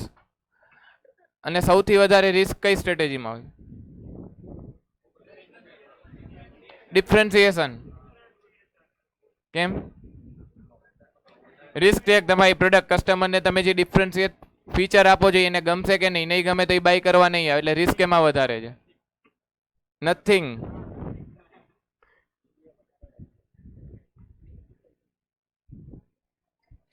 અને આ ચારેય સ્ટ્રેટેજીને બિઝનેસ લેવલ સ્ટ્રેટેજી એ કહેવાય. ક્યાંય ક્યારેક એમસીક્યુ આવી ગયો કે બિઝનેસ લેવલ સ્ટ્રેટેજી કઈ છે ને એમસીક્યુમાં આના નામ આપ્યા, છેલ્લે ઓપ્શન મૂકી દીધો ઓલ ઓફ ધ અબવ ને નન ઓફ ધ અબવ. તમને ખબર હોવી જોઈએ કે આ ચારને બિઝનેસ લેવલ સ્ટ્રેટેજી કહેવાશે.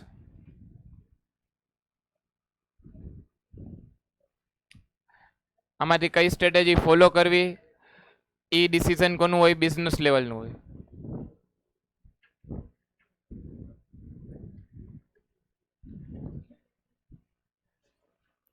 તમારી બુક છે ને એસએમની બનાવેલી ભેગી જશે? લખાવું ચાલો, પછી વાંચશું. હે 2 પેજ જોશે, 2.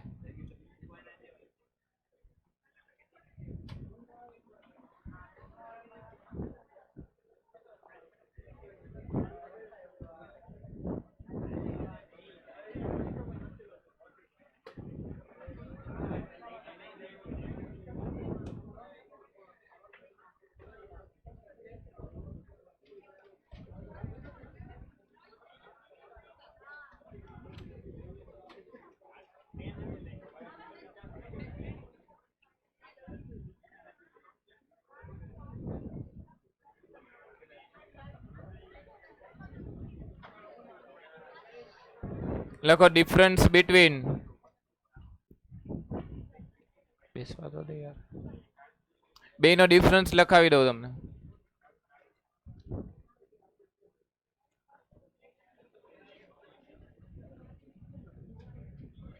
Cost versus differentiation. Difference between cost,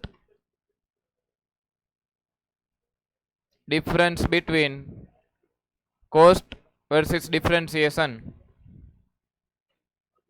cost અને ડિફરન્સિએશન બેનો ડિફરન્સ લખાવું. એક બાજુ કોસ્ટ, એક બાજુ ડિફરન્સિએશન. પહેલા કોસ્ટના પોઈન્ટ બોલીશ, પછી ડિફરન્સિએશન. લખો ફર્સ્ટ કોસ્ટમાં attracting people or customers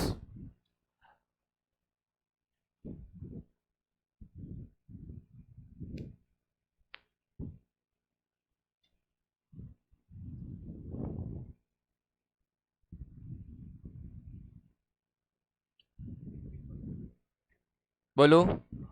first point કોસ્ટમાં attracting people or consumers by by reducing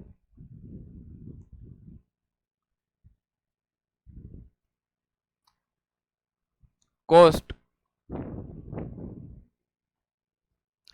attracting people by reducing cost like DMart, Walmart,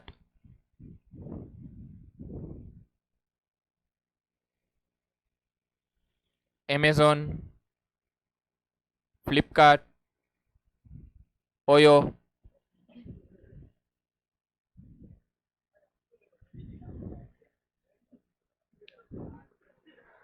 Differentiation. First point, attracting people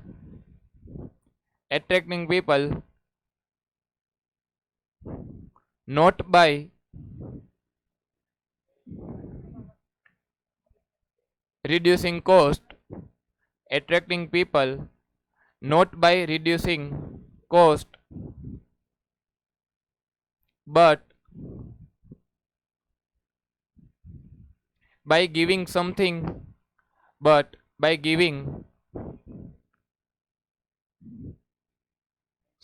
different features, by giving something different features or quality products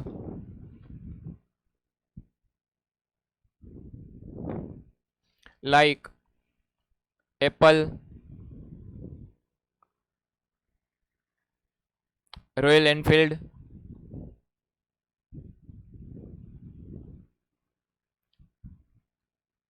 JKC,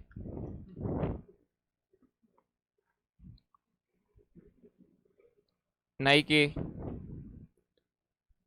Nike ડિફરન્સિએશનમાં આવે ને, ઘણા shoes આવે જેને કંઈક અલગ જોતા હોય, કમ્ફર્ટ લેવલ સારું જોતું હોય.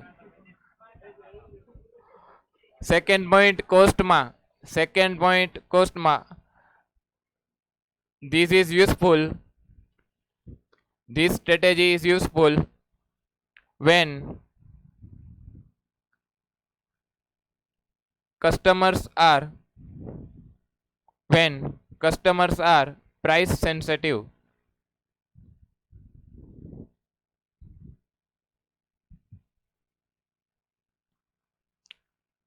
ડિફરન્સિએશનમાં this is useful, તું એવું લખજે, this strategy is useful when customers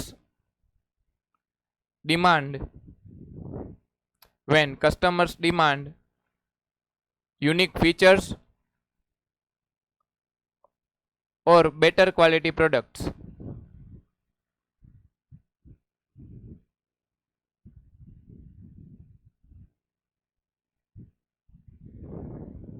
Better quality products.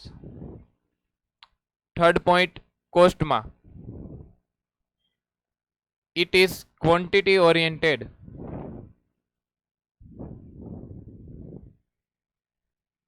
ડિફરન્સિએશનમાં આવશે it is quality oriented.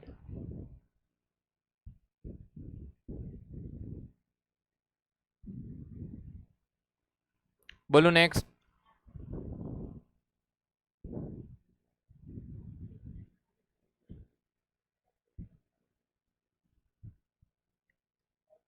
Next કોસ્ટમાં લખજો લો પ્રોફિટ પર યુનિટ. જો તમે કોસ્ટ લીડરશિપ ફોલો કરતા હશો તો તમારો પર યુનિટનો જે પ્રોફિટ છે એ ઓછો હશે. Low profit per unit. ડિફરન્સિએશનમાં more profit per unit.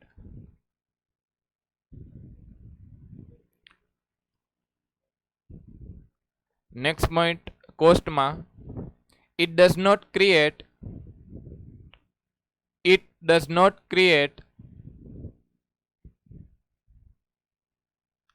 any brand value except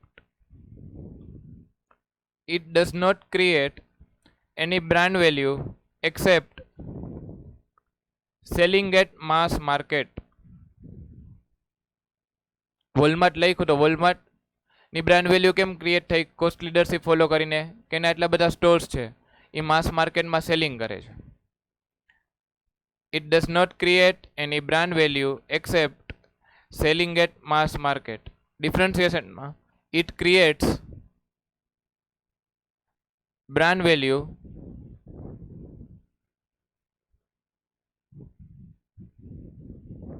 by providing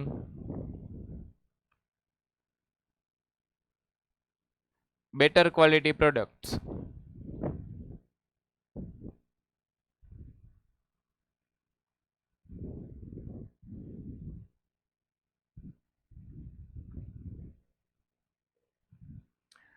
Next point લખો કોસ્ટમાં it is easy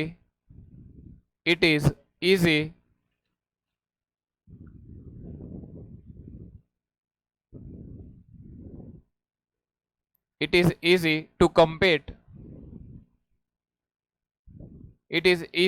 compete by reducing price. જે પણ બિઝનેસ અથવા તો organisation low cost product sell કરતું હોય તો જો કોઈ નવી એન્ટિટી આવશે તો એ પોતાની પ્રોડક્ટની પ્રાઇસ ઓછી કરી નાખશે તો એને કોમ્પિટિશનમાં ફાઇટ કરી શકશે. ડિફરન્સિએશનમાં it is very difficult to compete them.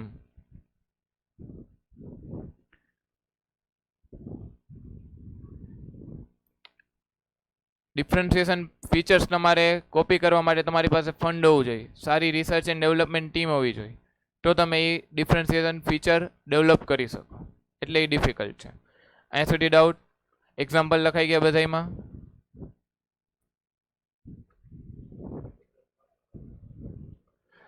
હવે મોડ્યુલમાં જ્યાં જગ્યા મળે ને ત્યાં લખી નાખો. ક્વેશ્ચન લખો વિચ ઇઝ બેટર. આ સ્ટ્રેટેજીનો જ્યાં પોઈન્ટ છે ત્યાં જ લખજો વિચ ઇઝ બેટર. ક્વેશ્ચન લખજો ને નીચે આન્સરમાં લખજો depends on market and customers.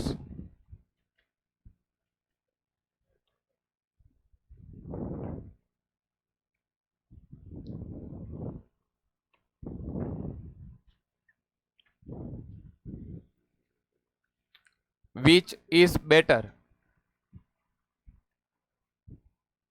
એની નીચે લખો depends on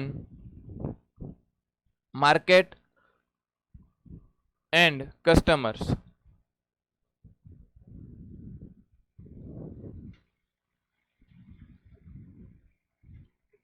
અને વધારે રિસ્ક કઈ સ્ટ્રેટેજીમાં છે? ડિફરન્સિએશનમાં.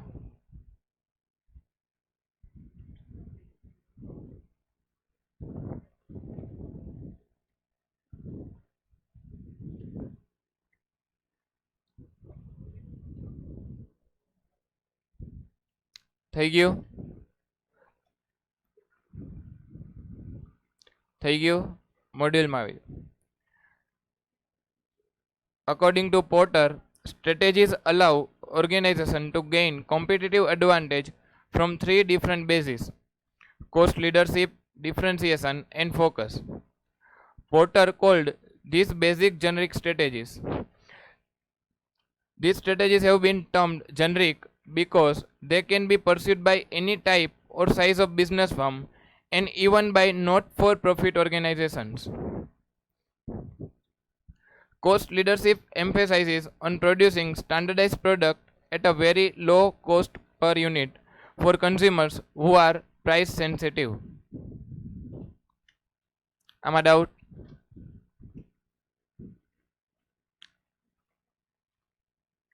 Differentiation is a strategy aimed at producing products and services considered unique industry-wide and directed at consumers who are relatively price insensitive.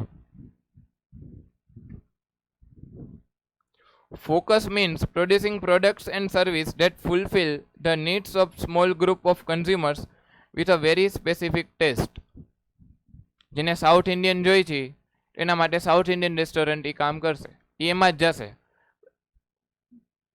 Porter strategies imply different organizational arrangements, control procedures, and incentive systems. Larger firms with greater access to resources typically compete on a cost leadership.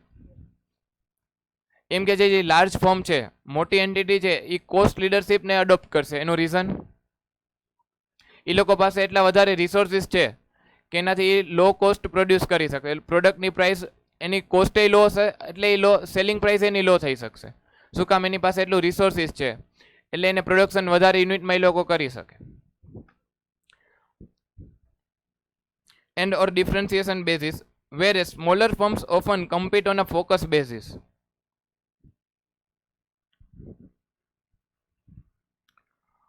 Porter stresses the need for strategies to perform cost-benefit analysis to evaluate sharing opportunities among the firm's existing and potential business units. એનો શું meaning થયો? Porter stresses the need for strategies to perform cost-benefit analysis. Cost-benefit analysis.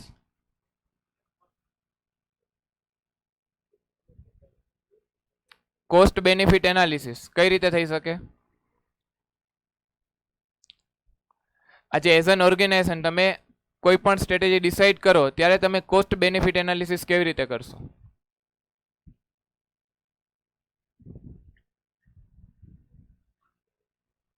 તમે એ જોશો કે તમારા બિઝનેસને કઈ strategy વધારે benefit થાય છે. એની સામે તમે એ જોશો કે એ બેનિફિટને અચીવ કરવા તમે તમારું કેટલી એમાં કોસ્ટ તમારી ઇન્કર થાય છે. જો તમે કોસ્ટ લીડરશિપ સ્ટ્રેટેજી અડોપ્ટ કરો છો, ફોકસ અડોપ્ટ કરો છો કે ડિફરન્સિએશન અડોપ્ટ કરો છો, સૌથી વધારે બેનિફિટ તમને કેમાં થાય છે એની સામે તમારી કોસ્ટ કેટલી ઇન્કર, કઈ સ્ટ્રેટેજી અડોપ્ટ કરવામાં તમને બેનિફિટ વધારે મળે છે અને એની સામે કોસ્ટ ઓછી ઇન્કર થાય છે, એને કહેવાશે કોસ્ટ બેનિફિટ એનાલિસિસ. આ પરફોર્મ કરી અને તમે તમારું માર્કેટ ચૂઝ કરશો અને પછી તમે કઈ સ્ટ્રેટેજીને અડોપ્ટ કરો છો. એટલે જ આ સ્ટ્રેટેજી બિઝનેસ લેવલ સ્ટ્રેટેજી થાય છે. કેમ કે એઝ અ કોર્પોરેટ લેવલમાંથી જે સ્ટ્રેટેજી આવી એમાંથી હવે તમે ડિસાઇડ કરશો કે કયા બેઝિસ ઉપર તમે તમારું યુનિટની સ્ટ્રેટેજી ડ્રાફ્ટ કરી અને તમારા કસ્ટમર બેઝને ટાર્ગેટ કરો છો. Sharing activities and resources enhances competitive advantage by lowering cost or raising differentiation. In addition to prompting sharing, Porter stated the need for firms to transfer skills and expertise among autonomous business units effectively in order to gain competitive advantage. તમે એ decide કરજો કે cost કે differentiation. તમે માર્કેટમાં એ જોશો કે જો તમે ડિફરન્સિએશન અડોપ્ટ કરો છો તો શું એ ડિફરન્સિએશન ક્વોલિટી કે ફીચર્સ તમે જે ડિસાઇડ કરો છો કે અમારી પ્રોડક્ટ અમે આ ડિફરન્સિએટ ફીચરમાં લોન્ચ કરશું, અથવા તો માર્કેટમાં જે બીજી પ્રોડક્ટ છે એના કરતાં તમે આ સર્વિસ અથવા તો આ યુનિક ફીચર અલગ આપો છો, તો એની સામે એ જોશો કે એ ફીચરની રિક્વાયરમેન્ટ છે કે નહીં,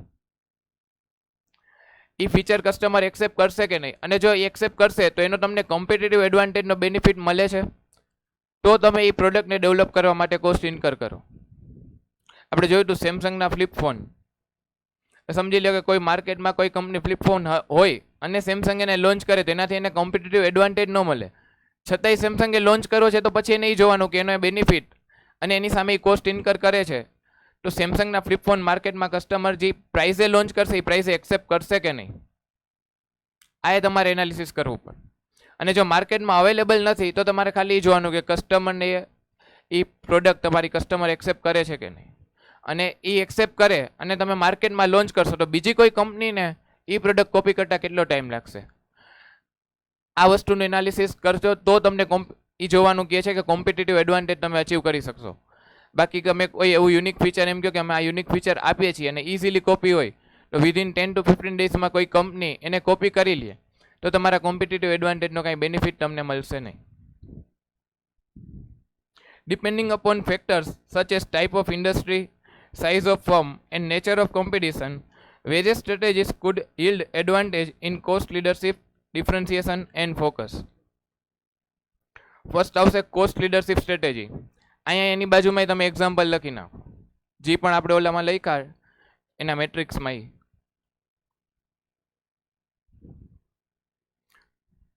કયા કયા હતા કોસ્ટ લીડરશિપમાં? Walmart, DMart, Amazon, Maruti Suzuki, Flipkart, MI.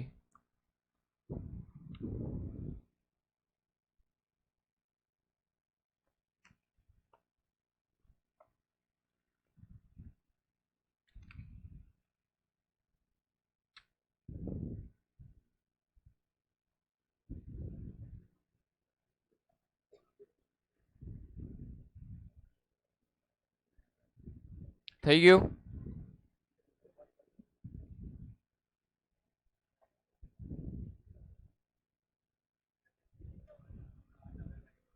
થઈ ગયું? Cost leadership strategy. It is a low-cost competitive strategy that aims at a broad mass market. It requires vigorous pursuit of cost reduction in the areas of procurement, production, storage, and distribution of product or services, and also economies in overhead cost. Economies of scale એવો ક્યાંય concept ભણ્યા છો તમે? એનો meaning શું થાય? જેમ જેમ તમારું વોલ્યુમ ઓફ પ્રોડક્શન ઇન્ક્રીઝ કરો ને એમ તમારી પર યુનિટ કોસ્ટ ડિક્રીઝ થશે. Because of its lower cost, the cost leader is able to charge a lower price for its product than most of its competitors and still earn satisfactory profits. For example, McDonald's. પછી આવશે ડિકેથલોન groups mega sports stores. આ મોડ્યુલના example છે, આપણે એના સિવાયના ઘણા બધા એક્ઝામ્પલ મેં તમને દેખાડ્યા.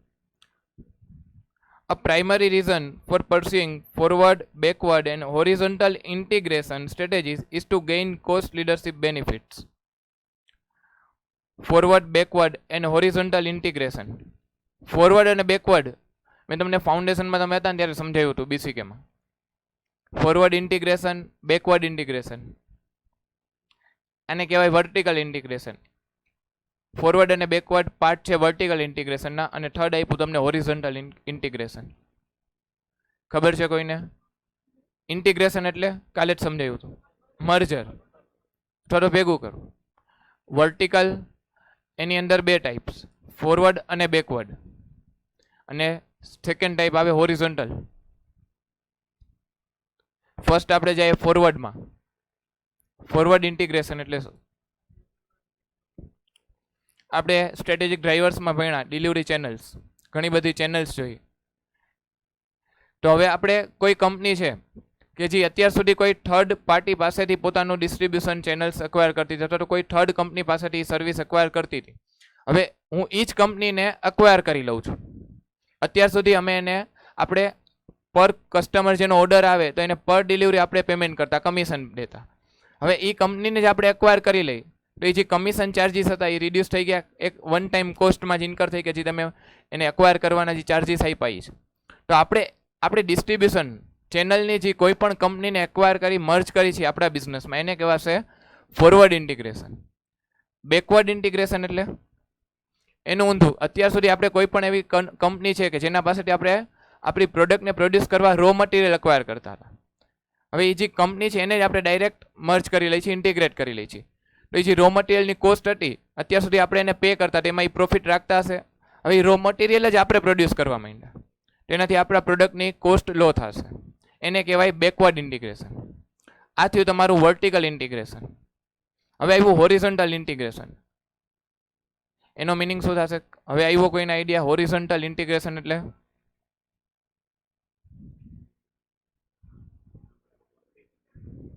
આપણે આપણા ડાયરેક્ટ કોમ્પિટિટરને એક્વાયર કરી એને કહેવાય હોરિઝોન્ટલ ઇન્ટિગ્રેશન. અત્યારે એરટેલ અને જીઓ બે પોતાના કોમ્પિટિટર છે હોરિઝોન્ટલ લેવલે, સેમ ટાઈપ ઓફ સર્વિસ આપે છે, સેમ કસ્ટમર બેઝને આપે છે અને સેમ પ્રોડક્ટ સેલ કરે છે. સમજી લો જીઓ એરટેલને એક્વાયર કરી લઈએ એનાથી માર્કેટમાં શું થાય? મોનોપોલી ક્રિએટ થાય. આવી સિચ્યુએશન તમે જ્યારે તમારા ડાયરેક્ટ કોમ્પિટિટરને એક્વાયર કરો એને કહેવાય હોરિઝોન્ટલ ઇન્ટિગ્રેશન.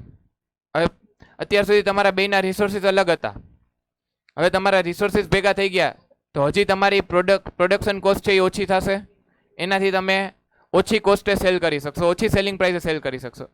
તો એ શું કહે છે કે આવી રીતે આ કોઈ પણ ટાઈપના ઇન્ટિગ્રેશન કરીને તમે કોસ્ટ લીડરશિપ સ્ટ્રેટેજી અડોપ્ટ કરી શકો. Generally cost leadership must be pursued in conjunction with differentiation. આપણે પતંજલિનું એક્ઝામ્પલ જોયું. મેં કીધું કે પતંજલિ કોઈ એક સ્ટ્રેટેજી અડોપ્ટ નથી કરતી, કોસ્ટ લીડરશિપ એડોપ્ટ કરે છે અને ઘણી બધી પ્રોડક્ટમાં ડિફરન્સિએશન ફીચર્સ આપે છે.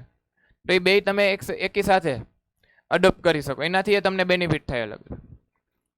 A number of cost elements affect the relative attractiveness of generic strategies, including economies or diseconomies of scale achieved, learning and experience curve effects.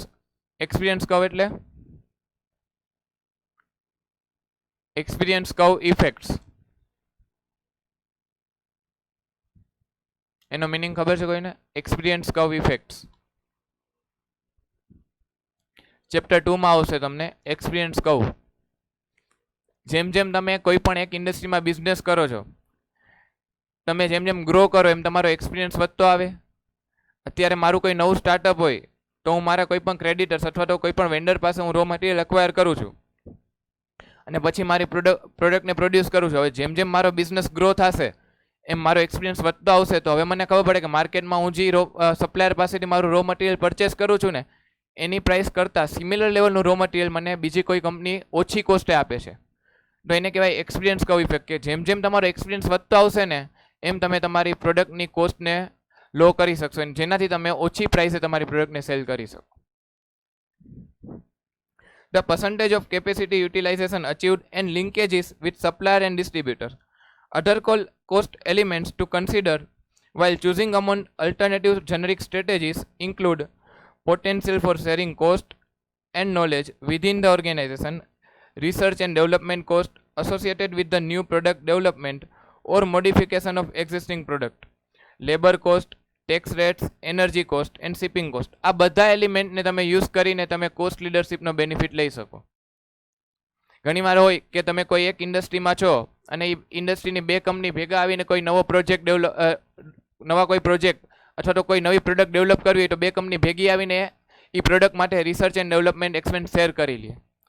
આજે કોઈ એક company research and development cost incur કરે એની કમ્પેરમાં બે company ભેગું research કરે તો એની cost ઓછી થાય. This internal strategy of sharing resources to build a competitive advantage is called synergy benefit. Striving to be a low-cost producer in an industry can specially be effective when the market is composed of many price sensitive buyers. મેં તમને ડિફરન્સમાં લખાયું કે જ્યાં price sensitive buyers હોય ને અહીંયા cost leadership કામનું. when there are few ways to achieve product differentiation, અથવા તો તમારી પ્રોડક્ટ અથવા તો માર્કેટ એવું છે કે જ્યાં તમે ડિફરન્સિએશન અડોપ્ટ જ ન કરી શકો, તમારે કમ્પલસરી કોસ્ટ લીડરશિપને જ અડોપ્ટ કરવું પડે. કસ્ટમર તમારા કોઈ પણ ડિફરન્ટ ફીચર્સની વેલ્યુ જ નહીં કરે. મેં તમને કીધું એરલાઇન ઇન્ડસ્ટ્રી, તો એરલાઇન ઇન્ડસ્ટ્રીમાં શું છે કે તમે ગમે એટલી ટ્રાય કરો સારી ફેસિલિટી આપવાની, કસ્ટમરને ઓછી પ્રાઇસ જ જોઈ છે તો પછી તમારી યુનિક ફીચરની ફેસિલિટીની વેલ્યુ નહીં કરે. Further, when buyers do not care much about differences from brand to brand, or when there are a large number of buyers with significant bargaining power, જ્યાં કસ્ટમર બેઝ વધારે છે અને બાયરનો બાર્ગેનિંગ પાવર, એટલે કે બાયરનો bargaining power ક્યારે વધે? બાયરનો bargaining power ક્યારે વધે? કે જ્યારે કોઈ પણ પ્રોડક્ટના મલ્ટિપલ સેલર્સ અવેલેબલ હોય, સબસ્ટિટ્યુટ્સ અવેલેબલ હોય, કે જો તમારી પ્રોડક્ટની સેલિંગ પ્રાઇસ હાઈ હશે ને તો બાયર બીજા કોઈ પાસેથી તરત પરચેસ કરી લેશે ઓછી કોસ્ટે. કોમ્પિટિટર્સ વધારે છે, પ્રોડક્ટના સબસ્ટિટ્યુટ અવેલેબલ છે, ત્યારે તમે જેને કોસ્ટ લીડરશિપમાં તમારે લાર્જ નંબર ઓફ બાયર્સ હોય ને તો બાર્ગેનિંગ પાવર બાયર્સનો કામ કરશે. આવી જ રીતે આવશે બાર્ગેનિંગ પાવર ઓફ સપ્લાયર્સ, કે જ્યાં સપ્લાયર્સ ઓછા છે. જેમ કે એરલાઇન ઇન્ડસ્ટ્રી છે તો એરલાઇન ઇન્ડસ્ટ્રીના જે એરક્રાફ્ટ છે એ પ્રોવાઈડ કરવાવાળી બે જ કંપની છે આખા વર્લ્ડમાં. હવે એ એની એરક્રાફ્ટની પ્રાઇસ ઇન્ક્રીઝ કરશે, તેનાથી તમારા કંપનીમાં શું ઇફેક્ટ આવશે? આજે એઝ એન એરલાઇન ઇન્ડસ્ટ્રી તમારી કંપની છે, તમે જે કંપની પાસેથી એરક્રાફ્ટ બાય કરો છો, આખા વર્લ્ડમાં એરક્રાફ્ટ મેન્યુફેક્ચરિંગ કરવાવાળી બે જ કંપની છે. હવે એમ કહેશે કે અત્યાર સુધી તમને એક એરક્રાફ્ટ આપતું 400 કરોડમાં, હવે એમ કહે છે કે હવેથી તમને એરક્રાફ્ટ લેવો હોય તો 600 કરોડ રૂપિયા. તો તમે એમ નહીં કહી શકો કે હું બીજા પાસેથી બાય કરી લઉં.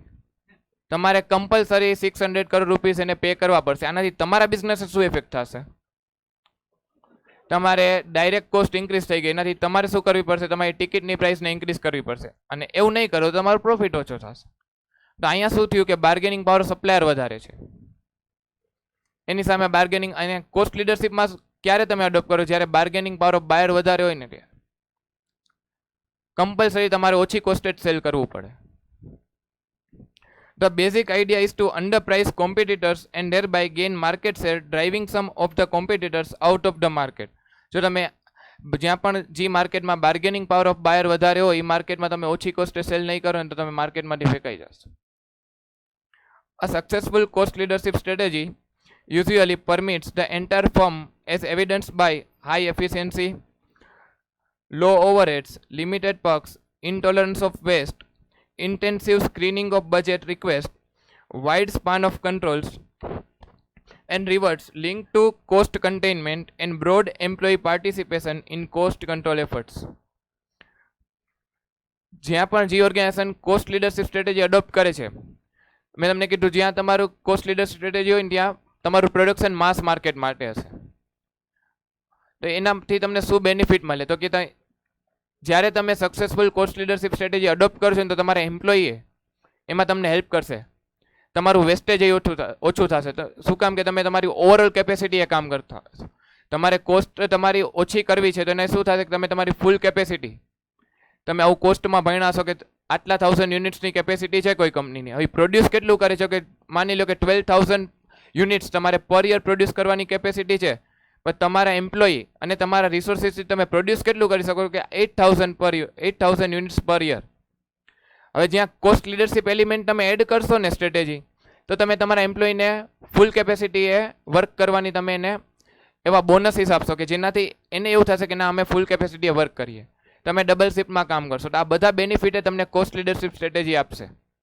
અત્યાર સુધી શું તમારી પાસે ટાર્ગેટ ના હોય, તમે અથવા તો ડિફરન્સિએશનને વર્ક કરશો ને તો તમે એમ કહેશો કે ના મારી પ્રોડક્ટની ક્વોલિટીમાં છે ને કાંઈ ચેન્જીસ ન થવા જોઈએ, ક્વોલિટી મેન્ટેન રહેવી જોઈએ, ભલે તમે અંડર કેપેસિટી યુટિલાઇઝ કરીને પ્રોડ્યુસ કરો. પણ કોસ્ટ લીડરશિપમાં એ ઊંધું છે કે તમે તમારી ફૂલ કેપેસિટીએ કામ કરશો, તમારા એમ્પ્લોઈઝે એવી જ રીતે વર્ક કરશે.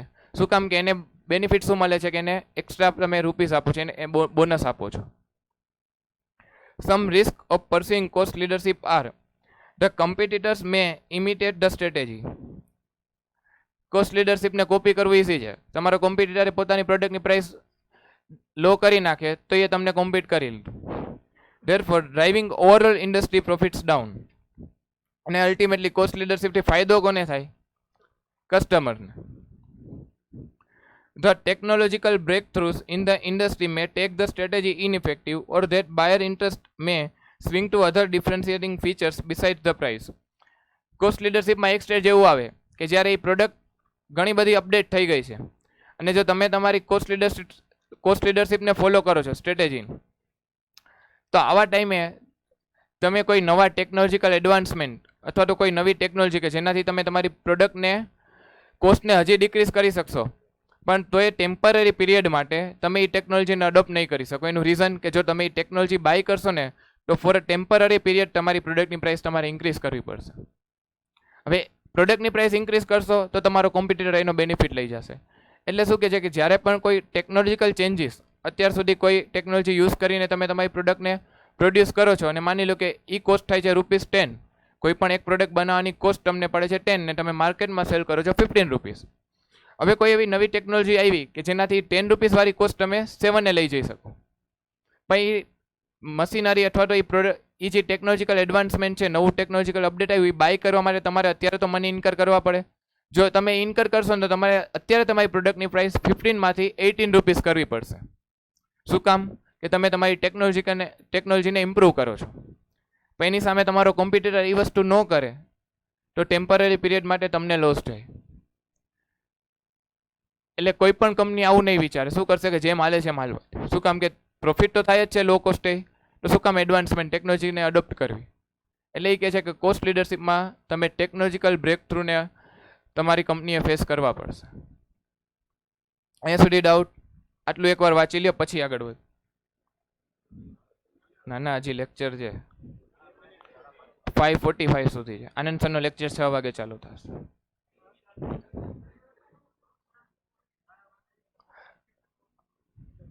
હાલો અહીંયા સુધી એકવાર રીડ કરી લ્યો.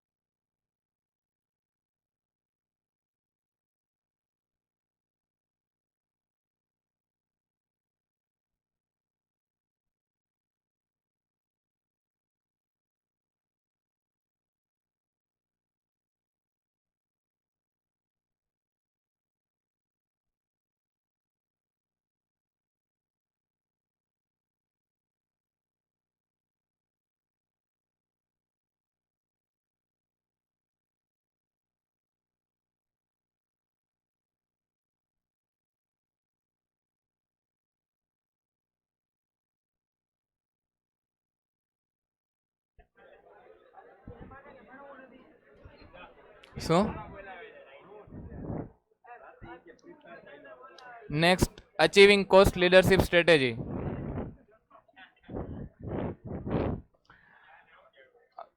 હવે તમને અહીંયા ઘણા બધા પોઈન્ટ્સ આપ્યા છે કે તમારે જ્યારે તમારી કંપની ઓલરેડી રન કરે છે અને તમારે કોસ્ટ લીડરશિપ સ્ટ્રેટેજીને અડોપ્ટ કરવી છે, અચીવ કરવી છે, તો કયા કયા પોઈન્ટ્સને ફોલો કરી અને તમે એ સ્ટ્રેટેજીને અચીવ કરી શકો.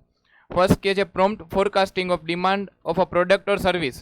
તમે એમ કહેજો અમે કોસ્ટ લીડરશિપ સ્ટ્રેટેજી અડોપ્ટ કરીને માસ સેલિંગ કરશું, પણ એટલી ડિમાન્ડ છે માર્કેટમાં કે નહીં, તો તમે ફોરકાસ્ટ કરો એ ડિમાન્ડ અથવા તો સર્વિસનું, કે એ સર્વિસની કેટલી ડિમાન્ડ છે, એ પ્રોડક્ટની કેટલી ડિમાન્ડ છે માર્કેટમાં.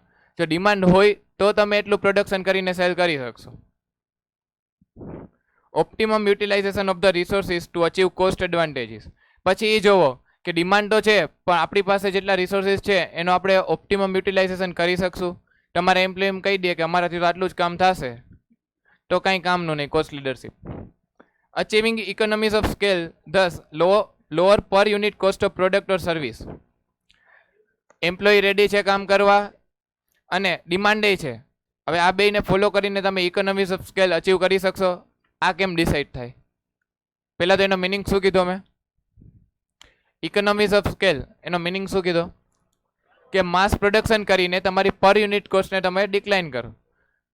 ભાઈ એ તમે અચીવ કરી શકશો કે નહીં, એ કેમ ડિસાઇડ થશે?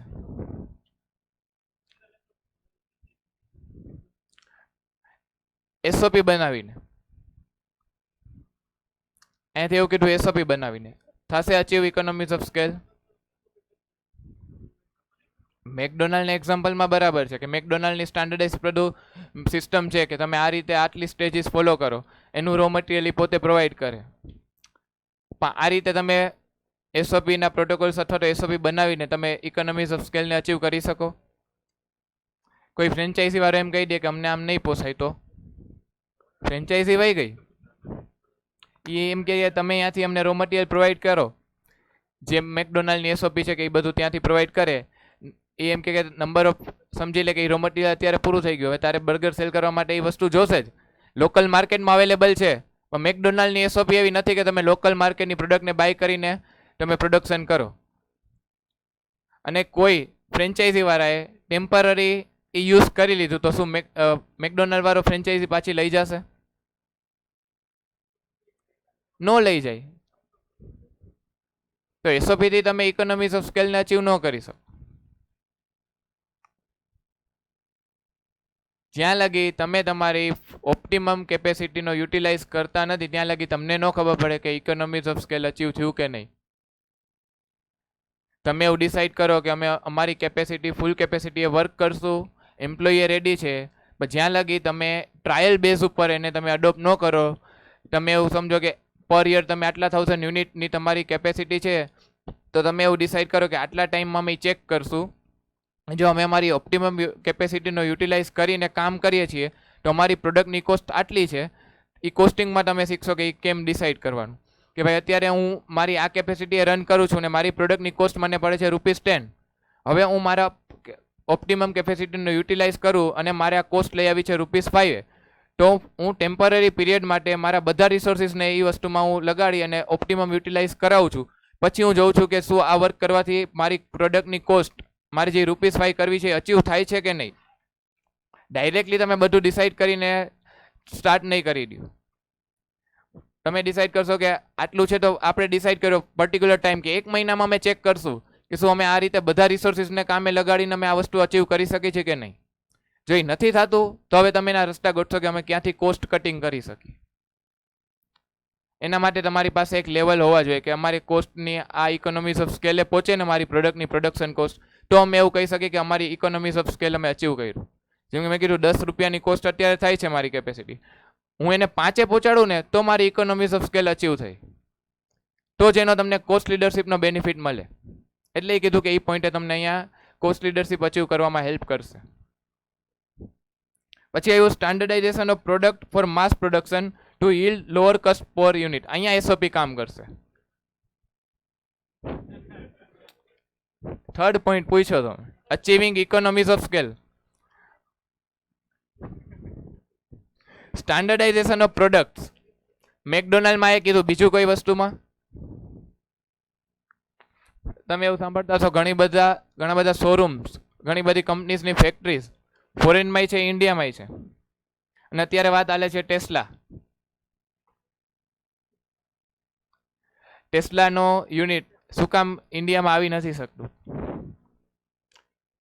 કાં તો એક વસ્તુ થાય કે એની મેન્યુફેક્ચરિંગ પ્લાન્ટ ઇન્ડિયામાં નથી આવી શકતો. હવે હજી તમારે ટેસ્લા ઇન્ડિયામાં લઈ આવી છે તો તમે શું કરો? ડાયરેક્ટલી કાર જ ઇમ્પોર્ટ કરો. પણ અહીંયાય તમારો જે વસ્તુ છે કે હવે જે આગળના પ્રોબ્લેમ ફેસ કરવાના આવે તો એના માટે કોણ રિસ્પોન્સિબલ? સમજો ટેસ્લાની કાંઈ રસ્તામાં બંધ પડી ગઈ તો હવે ઓલો માંથી આવે એટલી વારમાં તો અહીંયા પૂરું થઈ ગયું. તો આફ્ટર સેલ સર્વિસ કોણ પ્રોવાઈડ કરી શકે? એ ક્વેશ્ચન છે. એપલનો મેન્યુફેક્ચરિંગ પ્લાન્ટ ઇન્ડિયામાં ટાટાએ લીધો અથવા તો લેશે, હજી વાતચીત આલે છે, હજી થયું નથી બહુ ફાઇનલ. તો એપલના મોબાઈલ ફોન્સ અત્યાર સુધી શું કામ ઇમ્પોર્ટ થતા? કે એની રિસ્પોન્સિબિલિટી લેવાવાળી કોઈ કંપની નથી કે જે એપલની ક્વોલિટી અહીંયા મેન્ટેન થાય છે ને એ જ અહીંયા મેન્ટેન થશે. તમે અત્યારે જોશો ને કે એપલના મોબાઈલ ફોન્સ ઇન્ડિયામાં જે પ્રાઇસે વેચાય છે ને એના કરતાં એ મેન્યુફેક્ચરિંગ અથવા તો ફોરેનમાં તમે એની પ્રાઇસ જોશો ને તો અહીંયા કરતાં ઘણી લો હશે. અહીંયા જે મોબાઈલ 1,50,000નો મળે છે ત્યાં 1,05,000 1 લાખનો જ મળતો છે. શું કામ? કે અહીંયા આવ્યા પછી કોઈ થર્ડ પાર્ટી થ્રુ એપલ પોતાની પ્રોડક્ટ્સની મેન્ટેનન્સ અને સર્વિસ આપે છે. હવે એ આખો મેન્યુફેક્ચરિંગ પ્લાન્ટ ઇન્ડિયામાં લઈ આવે તો એને એ ચેક કરવું પડે કે એની જે એસઓપી છે, એનું જે પ્રોડક્ટનું સ્ટાન્ડર્ડાઇઝેશન છે, જે ક્વોલિટી છે, એ ઇન્ડિયામાં જે કંપની મેન્યુફેક્ચર કરે છે એને ફોલો કરશે કે નહીં. કેમ કે એપલની બ્રાન્ડ વેલ્યુ તો જ મેન્ટેન થાય કે જો અહીંયા જે કંપનીને એની ફ્રેન્ચાઇઝી આપે કે એની ફેક્ટરી નાખવાનું અલાઉ કરે તો એ કંપની એ ફોલો કરશે કે નહીં. એકવાર હા પાડી દે અને પછી જો અહીંયાની પ્રોડક્ટમાં કંઈ ફોલ્ટ આવે તો એની રિસ્પોન્સિબિલિટી કોની? એટલે કોસ્ટ લીડરશિપ અચીવ કરવા માટે આપણે એપલનું એક્ઝામ્પલ મેં તમને આપ્યું છે. એપલ ક્યારેય કોસ્ટ લીડરશિપમાં આવશે નહીં. હું તમને સમજાવું છું કે કઈ રીતે સ્ટાન્ડર્ડાઇઝેશન થાય. આ જેમ મેકડોનાલ્ડનું કીધું તો મેકડોનાલ્ડ જે વસ્તુ ફોરેનમાં મેન્ટેન કરે છે તો મેકડોનાલ્ડમાં એ વસ્તુ ભલે આ લોકો એક્ઝામ્પલ આપી પણ મેકડોનાલ્ડનું મેઇન બિઝનેસ હતો નોનવેજનો, એ ઇન્ડિયા માટે કસ્ટમાઇઝ કર્યું છે. તમે આ વસ્તુ કેએફસીમાં લઈ શકો. કેએફસીની જે પ્રોડક્ટની ક્વોલિટી છે ફોરેનમાં, તો કેએફસી એ જોશે કે ઇન્ડિયન માર્કેટમાં હું જાઉં છું તો એવા કઈ કઈ કંપનીઝ છે કે જે એ પ્રોડક્ટની સ્ટાન્ડર્ડાઇઝ એની ક્વોલિટી મેન્ટેન કરશે. પછી તમે કોસ્ટ લીડરશિપ અચીવ કરી શકો. કોસ્ટ લીડરશિપ અચીવ કરવા માટે કોઈ ફ્રેન્ચાઇઝી હોલ્ડર એની ક્વોલિટી લો કરી નાખે, ડિગ્રેડ કરી નાખે તો તમારી પ્રોડક્ટ સેલ ન થાય. Invest in cost saving technologies and using advance technology for smart efficient working. આપણે એક મશીનરીનું એક્ઝામ્પલ લીધું, મેં તમને કીધું કે એ મશીનરી તમે અડોપ્ટ કરો, તમારી પર યુનિટ કોસ્ટ છે એ ઓછી થાય છે. એ એમ કે તમે એડવાન્સ અત્યાર સુધી તમે કોઈ સ્ટ્રેટેજીને અડોપ્ટ નથી કરી લો કોસ્ટ. હવે માર્કેટમાં એવા સિનારીઓસ છે કે તમારી પ્રોડક્ટ લો કોસ્ટે બીજા કોઈ કોમ્પિટિટર સેલ કરે છે અને તમારે હવે કોસ્ટ લીડરશિપ સ્ટ્રેટેજી અડોપ્ટ કરવી છે. તો એના થ્રુ તમને કેવી રીતે કરી શકો? તો કે કોઈ એડવાન્સ ટેકનોલોજી તમે અડોપ્ટ કરો કે જેનાથી તમારી મેન્યુફેક્ચરિંગ કોસ્ટ ડિક્રીઝ થાય છે અને એના ઉપરથી તમે કોસ્ટ લીડરશિપ સ્ટ્રેટેજી અડોપ્ટ કરી શકો. તો તમારે એવી ટેકનોલોજીમાં ઇન્વેસ્ટ કરવું પડશે. Resistance to differentiation till it becomes essential. Resistance to differentiation till it becomes essential. એનો મિનિંગ જયમીન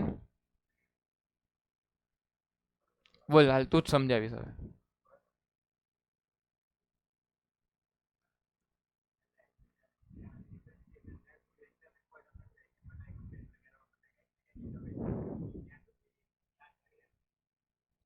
શું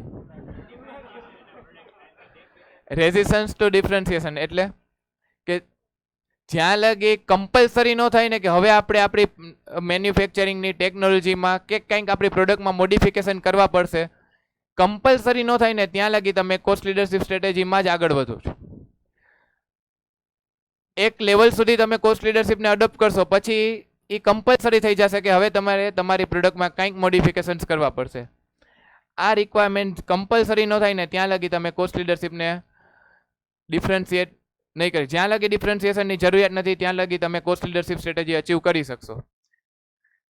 જેવું કમ્પલસન થઈ ગયું કે તમારા કોમ્પિટિટર્સે પોતાની પ્રોડક્ટમાં ટેકનોલોજીનો યુઝ કર્યો કે ડિફરન્શિએટ ફીચર્સ યુઝ કરવાનું સ્ટાર્ટ કર્યું, પછી તમે ડિફરન્શિએશનમાં આગળ વધશો, ત્યાં લગી તમે કોસ્ટ લીડરશિપ સ્ટ્રેટેજીને અચીવ કરી શકશો. આ એક પોઈન્ટમાં ડાઉટ હોય તો પૂછો.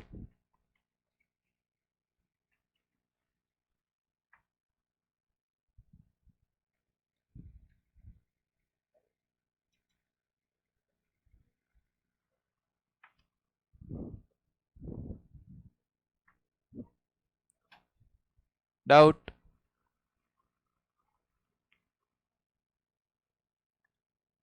તને તો આવડે છે.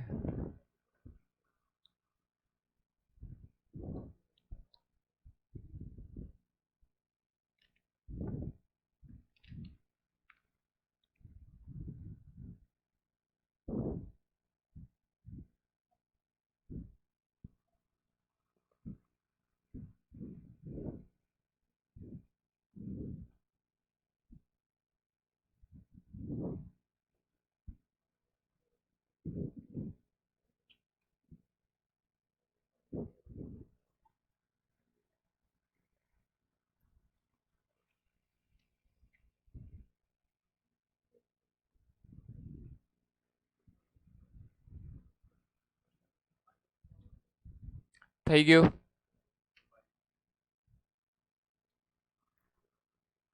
એને તો ભણવા દે. બગાડે છે ને બાજુમાં બેસીને. બી નહીં ને તે કહી દે. હા પાડી દે એની જગ્યા કાલથી અહીંયા. થઈ ગયું? 6 વાગ્યા સુધી બ્રેક છે. આનંદ સરનો લેક્ચર 6 વાગે ચાલુ થશે. કયું જવાય તો પછી તો ઘરે જોયું પછી શું ભણવાનું? કલાકમાં હું ભણી લેવાનું. એ જ કહું. હાલો તો નીકળી બધાય. જયમીન હાલો હાલો.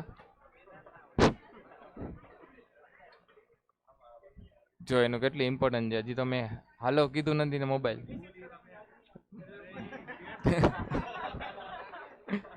ઈ જ કરતો હતો મને ખબર છે. રાહ જોવે છે. આટલી વારમાં તો